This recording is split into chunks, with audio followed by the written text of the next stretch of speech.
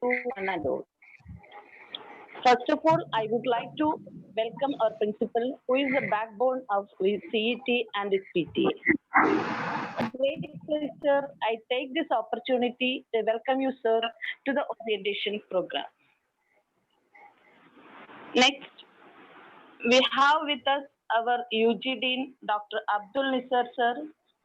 UG Dean is another strong personality for supporting all activities of PTA. I have great pleasure to welcome you, sir, to this program. Next, we have with us Sri Balabhaskar, sir, Vice President PTA, who is always guide with us with a powerful decision. It's a great pleasure to welcome you, sir, to this program. Next, we have Dr. Baiju Shashidharan. He is not with us. That is, he is on special polling officer duty. Anyway, I welcome sir to this program. Then we also have with us Srimati Beena Suresh, Joint Secretary PTA. Just like the anchor said, she knows the pulse of each and every student and cares for the just like a mother. She knows all the pulse of each and every student, and then just like a care them for like a mother. With a great pleasure, I invite you, ma'am, to this orientation program. We also have with us PG Dean, Research Dean, HODs from all branches of CET. I invite each and every one of you to this orientation program. I would like to invite all the executive members of PTA to this program at last, but not least. I would like to invite all parents and my dear students to this orientation program. Thank you.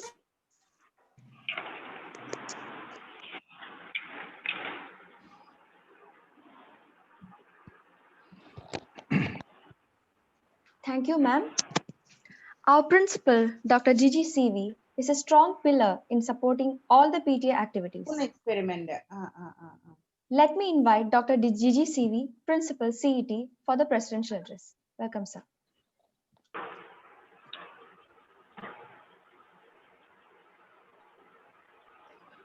Respected deans, heads of departments, dear colleagues, and dear parents. Very good evening to all of you. And I understand that there are some parents from other states, especially from Jammu and Kashmir, Mizoram, and Andaman and Nicobar Islands. And I think there will be around, if all of them are attending, there will be around 15 parents from these places. So I think I should talk in English to address them all. But as majority of the parents are from Kerala, I am going to address this gathering in Malayalam. And we will have a separate meeting. We will have a separate meeting with the parents of people, parents from other states. So please bear with me. പ്രിയമുള്ളവരെ, ആദ്യമായി, am I audible? Mini? Yes, sir. Yes, sir. Am I audible? Yes, sir. Yes, sir. Yeah. പ്രിയമുള്ളവരെ, ആദ്യമായി Thiruvananthapuram engineering കോളേജിൽ admission കിട്ടിയ കുട്ടികളുടെ parents ആണ് ഇവിടെ ഇരിക്കുന്നത്.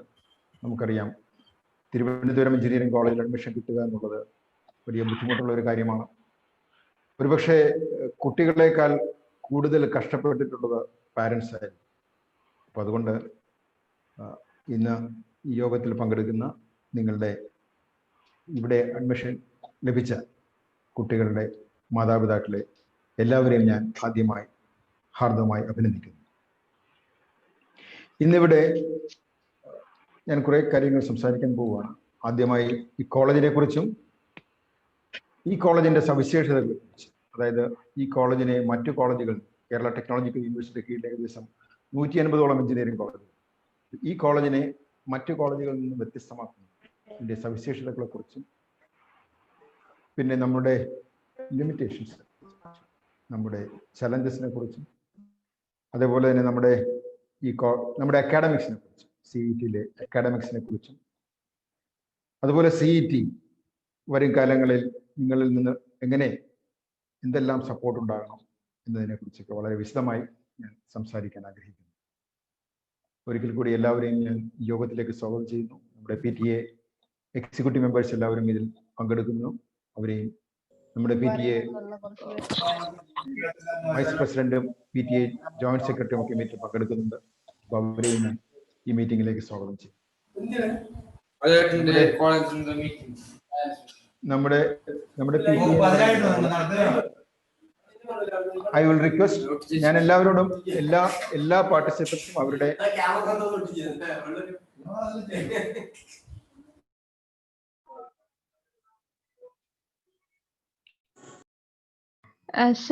Sir, please unmute.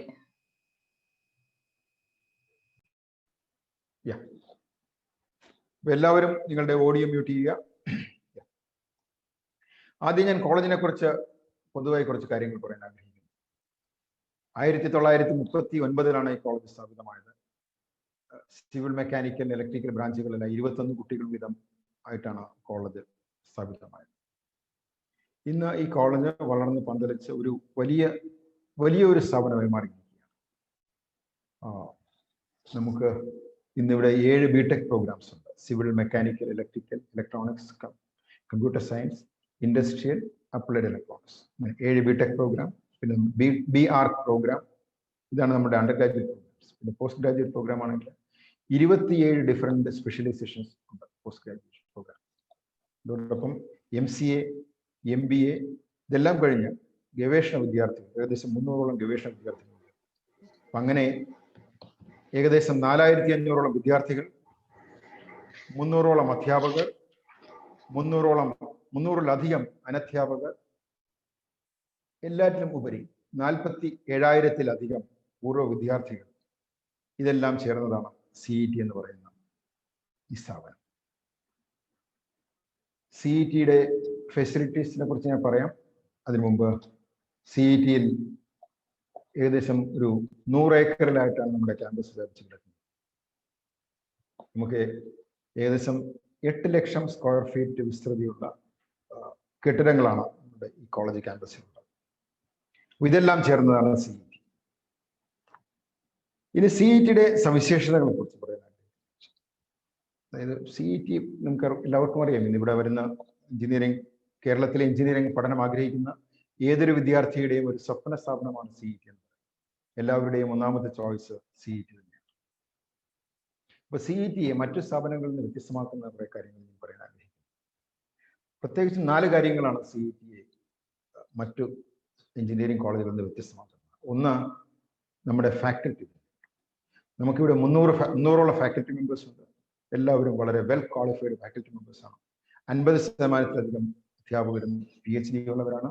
അതും വലിയ നല്ല സ്ഥാപനങ്ങളിൽ നിന്ന് PhD ഉള്ളവരാണ് അധ്യാപകരും ഭൂരിഭാഗവും. വളരെ അവരുടെ ഫീൽഡുകളിൽ ഓരോരുത്തരുടെ സ്പെഷ്യലൈസേഷൻസ് വളരെയധികം പ്രാവീണ്യമുള്ളവരാണ് നമ്മുടെ അധ്യാപകർ. വളരെയധികം എക്സ്പീരിയൻസ് ഉള്ളവരാണ്. രണ്ടാമത്തെ സ്റ്റുഡൻറ്, അല്ലെങ്കിൽ നമ്മുടെ ഏറ്റവും വലിയ സ്ട്രെങ്ത് എന്ന് പറയുന്നത് CET-യുടെ സ്റ്റുഡൻസ് തന്നെ. ഏറ്റവും കഴിവുള്ള കുട്ടികളാണ് വിളിക്കുന്നത്. എൻട്രൻസ് പരീക്ഷയിൽ നമുക്കറിയാം. ഇപ്പൊ നമ്മൾ ലാസ്റ്റ് റാങ്ക് നോക്കിക്കഴിഞ്ഞാൽ അറിയാൻ പറ്റും. ഇപ്പൊ കമ്പ്യൂട്ടർ സയൻസിന്റെ ലാസ്റ്റ് റാങ്ക് എന്ന് പറയുന്നത്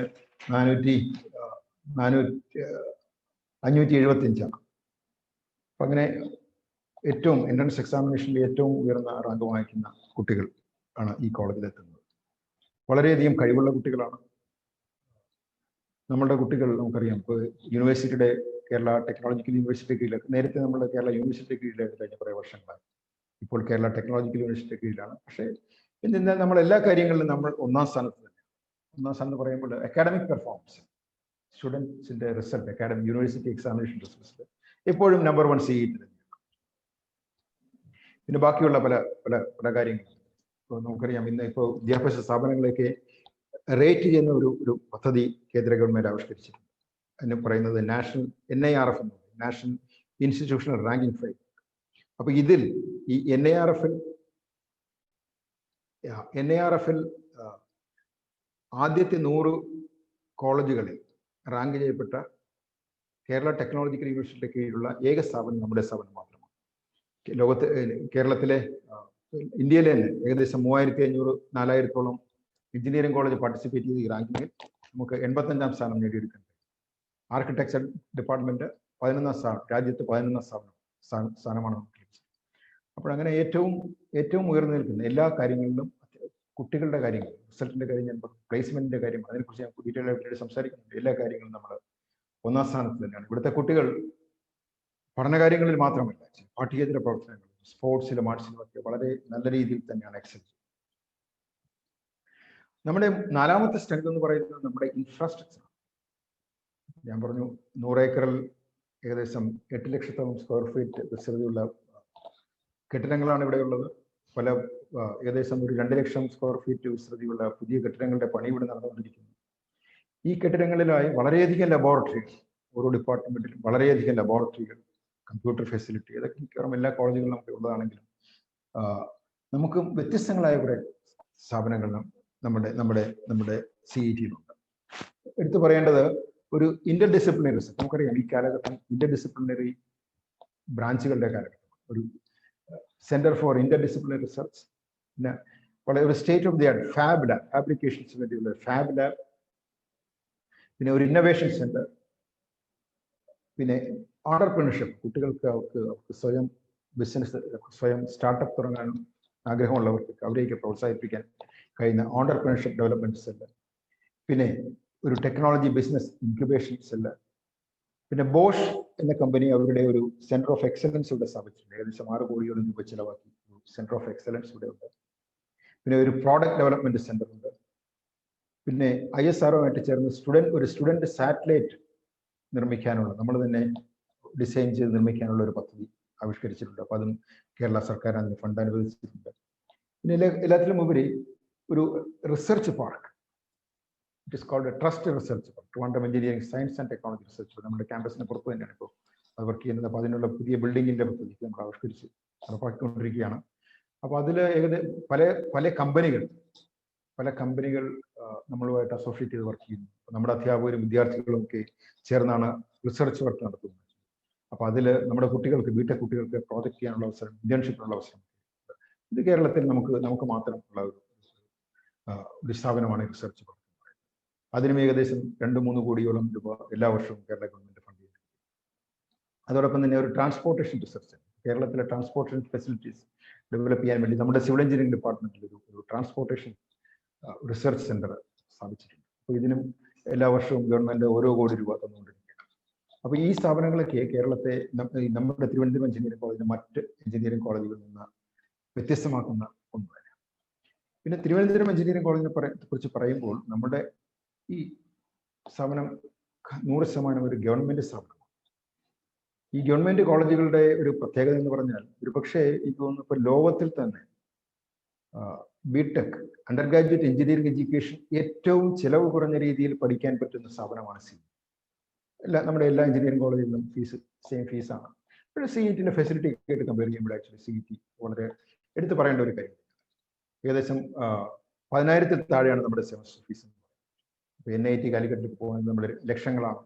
അതുപോലെ നമ്മുടെ IIT-കളൊക്കെ ആണെങ്കിൽ ഇപ്പോൾ സെമസ്റ്റർ ഫീസ് അല്ലെങ്കിൽ ഇയർ ഫീസ് ലക്ഷങ്ങളാണ്. അങ്ങനെ പറയുമ്പോൾ ഏറ്റവും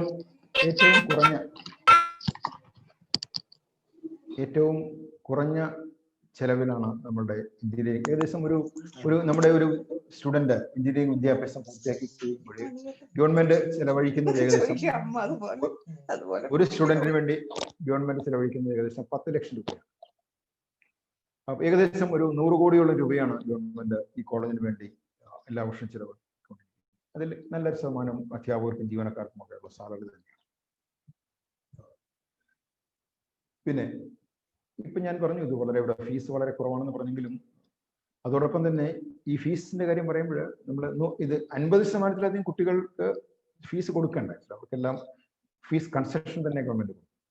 അപ്പൊ അങ്ങനെ വരുമ്പോൾ വളരെ ചീപ്പായിട്ടാണ് നമുക്ക് ഇവിടെ വിദ്യാഭ്യാസം ലഭിക്കുന്നത്. ഏറ്റവും ക്വാളിറ്റി എഡ്യൂക്കേഷൻ, ഏറ്റവും നല്ല ഫെസിലിറ്റിയിലുള്ള എഡ്യൂക്കേഷൻ നമുക്ക് തിരുവനന്തപുരം ലഭിക്കുന്നത്.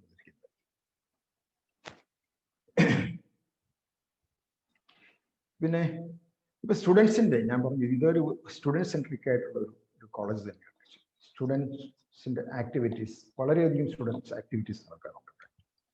അപ്പൊ ഈ സ്റ്റുഡൻസിന്റെ കാര്യങ്ങൾ പറയുമ്പോൾ സ്റ്റുഡൻസിന് ഏറ്റവും അധികം സ്വാതന്ത്ര്യം കൊടുക്കുന്ന ഒരു ക്യാമ്പസ്, എൻ്റെ ഒരു പാരന്റ്സിലേക്ക് എനിക്ക് ഏറ്റവും എടുത്ത് പറയേണ്ട ഒരു കാര്യമാണ്. സ്റ്റുഡൻസിന് ഏറ്റവും അധികം സ്വാതന്ത്ര്യമുള്ള ഒരു കോളേജാണ് CET. അപ്പോൾ ഈ ഇങ്ങനെ കിട്ടുന്ന ഈ സ്വാതന്ത്ര്യം ഇവിടെ വരുന്ന കുട്ടികളിൽ നല്ല ഒരു ശതമാനം കുട്ടികളും വളരെ നല്ല രീതിയിൽ തന്നെയാണ് വിനിയോഗിക്കുന്നത്. അപ്പോൾ അതുകൊണ്ട് അതിന്റെ ഫലങ്ങളും അവർക്ക് ഉണ്ടാകുന്നുണ്ട്. പക്ഷേ ചെറിയൊരു ഗ്രൂപ്പ് ഓഫ് സ്റ്റുഡൻസ് അത് നല്ല രീതിയിൽ ഉപയോഗിക്കുന്നില്ല. അതിനൊരു ഉദാഹരണം പറയുകയാണെങ്കിൽ, പലപ്പോഴും എല്ലാവരും തിരുവനന്തപുരം എഞ്ചിനീയറിംഗ് കോളേജ് ഒന്നാം ചോയ്സായിട്ട് സെലക്ട് ചെയ്തു.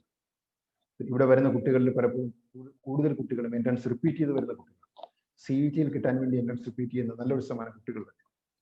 പലരും CET ഓപ്റ്റ് ചെയ്യാനുള്ള ഒരു പ്രധാനപ്പെട്ട കാരണം എന്ന് പറയുന്നത് നമ്മുടെ പ്ലേസ്മെന്റ്. ഇവിടുത്തെ ക്യാമ്പസ് പ്ലേസ്മെന്റ് എന്ന് പറയുന്നത് ഏകദേശം 100% എന്ന് തന്നെ എനിക്ക് പറയാൻ കഴിയും. ചില ബ്രാഞ്ചുകൾക്ക് കുറവാണെങ്കിലും പക്ഷെ പൊതുവിൽ നല്ല പ്ലേസ്മെന്റാണ്.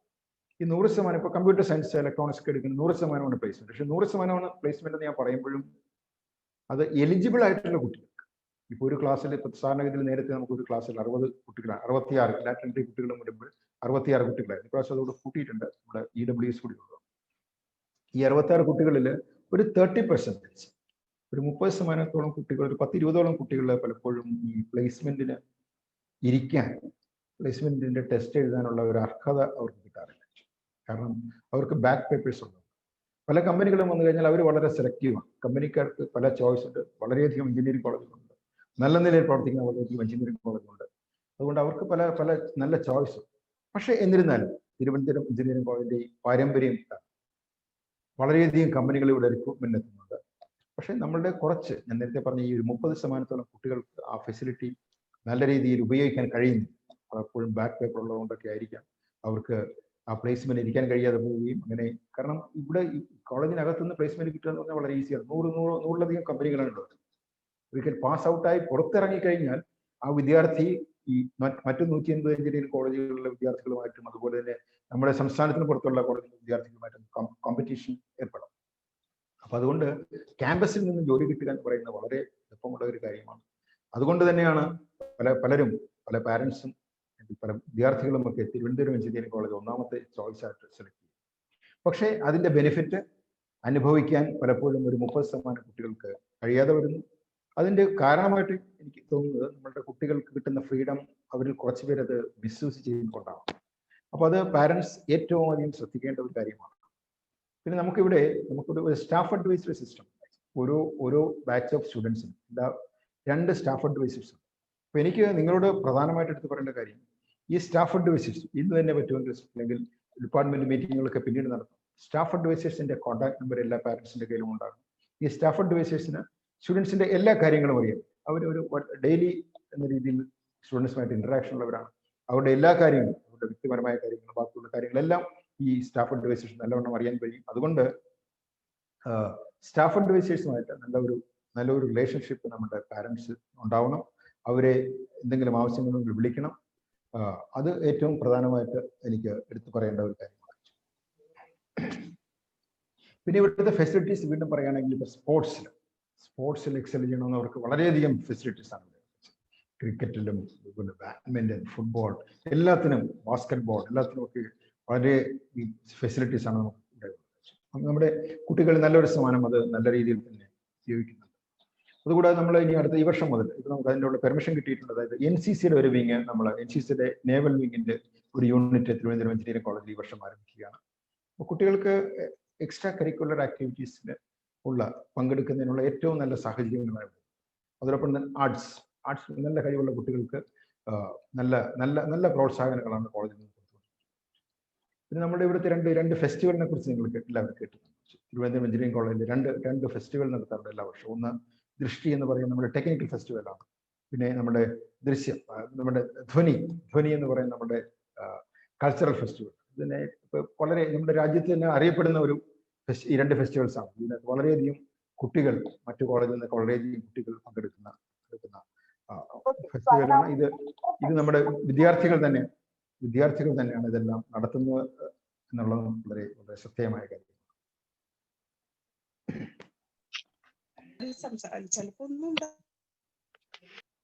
ഇത്രയുമാണ് എനിക്ക് കോളേജിനെ കുറിച്ച് പ്രത്യേകമായിട്ട് പറയാനുള്ളത്.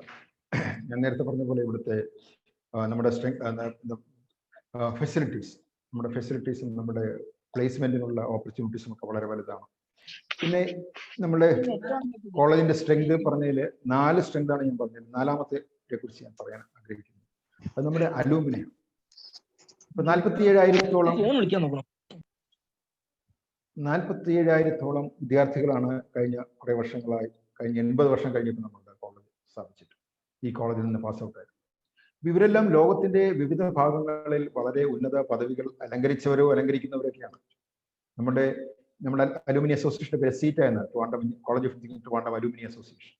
അവർ നമ്മുടെ കോളേജ് നമ്മുടെ പല ചാപ്റ്റേഴ്സ് ഉണ്ട്, ഏകദേശം 20ഓളം ചാപ്റ്റേഴ്സ് ഉണ്ട് നമ്മുടെ ലോകത്തിന്റെ വിവിധ ഭാഗങ്ങളിലും നമ്മുടെ രാജ്യത്തിനകത്തും അതുപോലെ തന്നെ നമ്മുടെ സംസ്ഥാനത്തിനകത്തും ഒക്കെ ഏകദേശം 20ഓളം സീറ്റയുടെ ചാപ്റ്റേഴ്സ് ഉണ്ട്.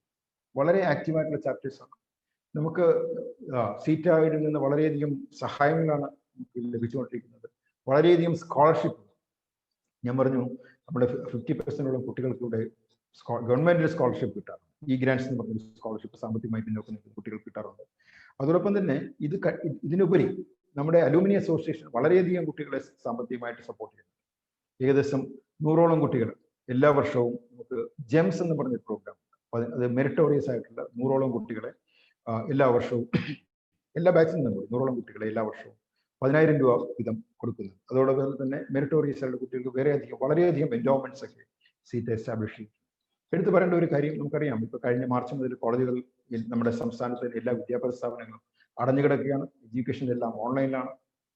അപ്പൊ നമ്മുടെ കുട്ടികൾ തിരുവനന്തപുരം എഞ്ചിനീയറിംഗ് കോളേജിന്റെ പ്രത്യേകത എന്ന് പറഞ്ഞാൽ ഇത് സാധാരണക്കാരുടെ സ്ഥാപനമാണ്. ഇവിടെ പഠിക്കുന്ന കുട്ടികളിൽ ഭൂരിഭാഗം സാധാരണക്കാരായ രക്ഷിതാക്കളുടെ മക്കളാണ്. സാമ്പത്തികമായി വളരെ ഉയർന്ന നിലയിലല്ലാത്ത രക്ഷിതാക്കളുടെ കുട്ടികളാണ് ഇവിടെ പഠിക്കുന്നവരിൽ ഭൂരിഭാഗം.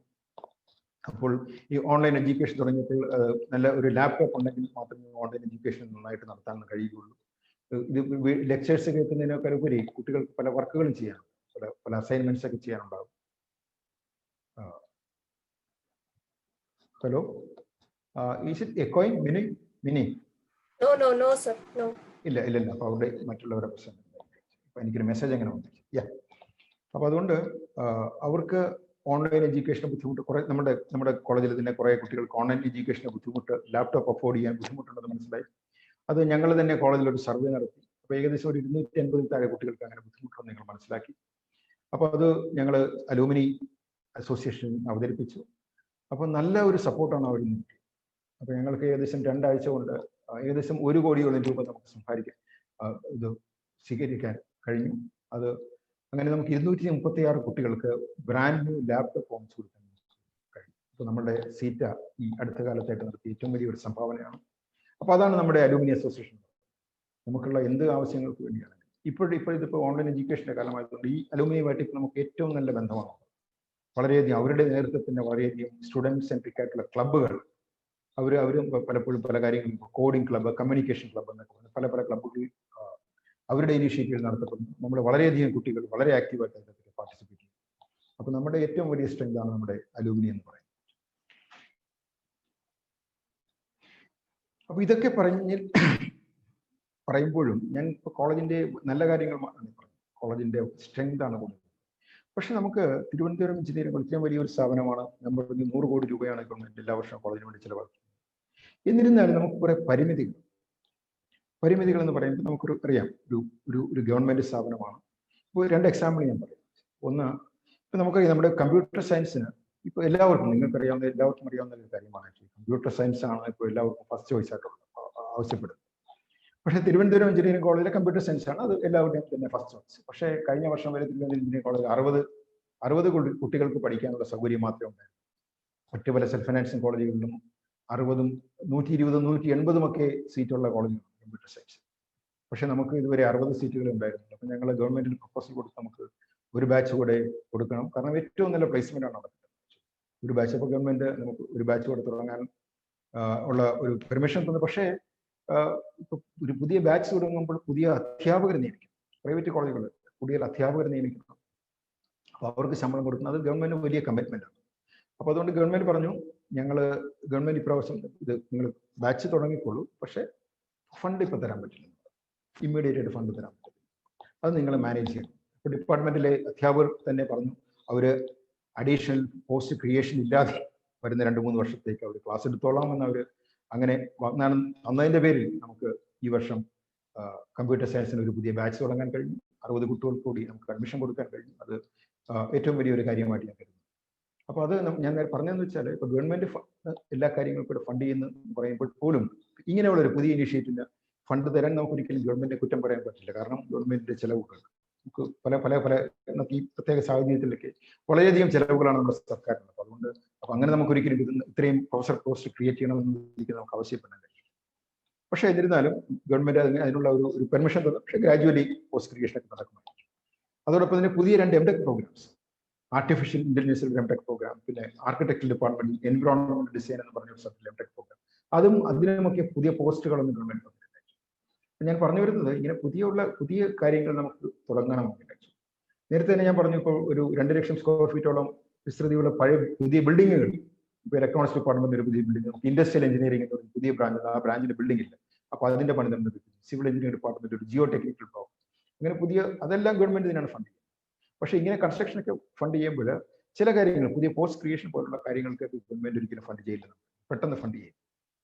ഒരു എക്സാമ്പിൾ പറയുകയാണെങ്കിൽ എനിക്കിവിടെ 100-ലധികം ബാത്റൂംസും ടോയ്ലറ്റ്സും, പക്ഷെ നമുക്ക് ആകെ 2 സാനിറ്ററി വർക്കേഴ്സാണ് കേരള ഗവൺമെന്റിന്റെ സാലറി കൊടുക്കാനുള്ള പോസ്റ്റായിട്ട് നമുക്ക് ഇവിടെ ക്രിയേറ്റ് ചെയ്തിരിക്കുന്നത്. പിന്നെ അതുപോലെ നമുക്ക് 100 ഏക്കറാണ് നമ്മുടെ ക്യാമ്പസ്. 8 ലക്ഷം, ഞാൻ പറഞ്ഞു 8 ലക്ഷം സ്ക്വയർ ഫീറ്റ് ബിൽഡിംഗ് വിസ്തൃതിയുള്ള ബിൽഡിങ്ങുകളുണ്ട്. പക്ഷെ നമുക്ക് ആകെ ഉള്ളത് 8 വാച്ച്മാൻമാർ മാത്രം. അപ്പോൾ പുതിയ വാച്ച്മാൻ വേണമെന്ന് പറഞ്ഞ് നമ്മൾ ആവശ്യപ്പെട്ടപ്പോൾ ഗവൺമെന്റ് പറയുന്നു, നിങ്ങളത് മാനേജ് ചെയ്യണം, നിങ്ങൾ PTA ഫണ്ട് കൊണ്ട് മാനേജ് ചെയ്യണം, അല്ലെങ്കിൽ ഫണ്ട് ജനറേറ്റ് ചെയ്യാനുള്ള സംവിധാനത്തെക്കുറിച്ച് നിങ്ങൾ ആലോചിക്കണം. അപ്പോൾ ഞങ്ങളത് ചെയ്യുന്നുണ്ട്. ഞങ്ങൾക്ക് ഇവിടെ ഒരു കൺസൾട്ടൻസി സെല്ലുണ്ട്. നമ്മുടെ അധ്യാപകർ ഗവേഷണ പ്രവർത്തനങ്ങളൊക്കെ ഏർപ്പെടുന്ന അധ്യാപകർ വളരെ നല്ല രീതിയിൽ കൺസൾട്ടൻസി ഉണ്ട്. അപ്പോൾ അവരങ്ങനെ ഫണ്ട് ജനറേറ്റ് ചെയ്യുന്നുണ്ട്. പക്ഷെ അതൊന്നും ഇത് നമ്മുടെ മറ്റുള്ള എക്സ്പെൻസ് മീറ്റ് ചെയ്യാനൊന്നും നമുക്ക് അത് മതിയാകും. അതുകൊണ്ട് തന്നെ നമ്മുടെ PTA, നമുക്കറിയാം ഇവിടെ തിരുവനന്തപുരം എഞ്ചിനീയറിംഗ് കോളേജിന്റെ ഏറ്റവും വലിയ മറ്റൊരു സ്ട്രെങ്ത് എന്ന് പറയുന്നത് നമ്മുടെ PTA ആണ്, പാരന്റ് ടീച്ചർ അസോസിയേഷൻ. നമ്മുടെ വളരെ സ്ട്രോങ് ആണ് നമ്മുടെ PTA. ഇന്നിപ്പോൾ ഈ പ്രോഗ്രാം ഓർഗനൈസ് ചെയ്യുന്നത് നമ്മുടെ PTA vice president Shri Balabhaskar, നമ്മുടെ PTA joint secretary Beena madam, അവരെല്ലാം വളരെ ആക്റ്റീവായിട്ടാണ് നമ്മുടെ ഒരു എക്സിക്യൂട്ടീവ് കമ്മിറ്റി നമുക്കുണ്ട്. അപ്പോൾ തിരുവനന്തപുരം എഞ്ചിനീയറിംഗ് കോളേജിന്റെ PTA എന്ന് പറഞ്ഞാൽ വളരെ സ്ട്രോങ് PTA ആണ്.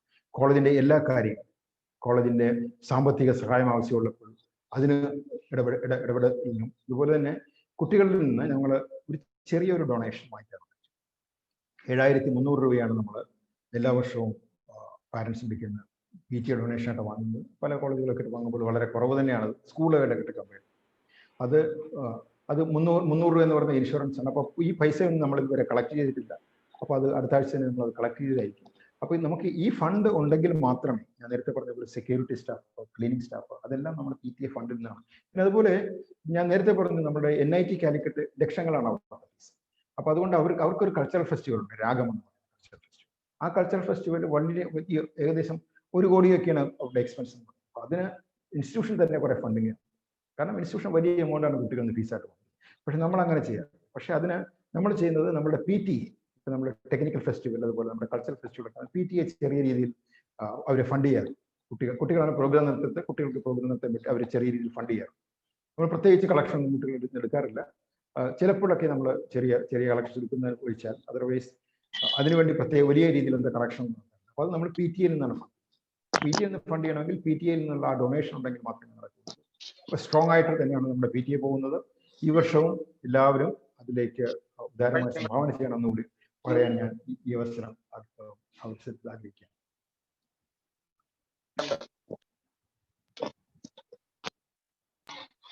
പിന്നെ അടുത്തതായിട്ട് എനിക്ക് പറയാനുള്ളത്, ഞാൻ നേരത്തെ തന്നെ പറഞ്ഞു പോയി, നമ്മൾ പാരന്റ്സ് ടീച്ചേഴ്സുമായിട്ട്, പ്രത്യേക സ്റ്റാഫ് അഡ്മിനിസ്ട്രേഷനായിട്ട് നല്ല രീതിയിൽ ഒരു ഇന്ററാക്ഷൻ വേണം.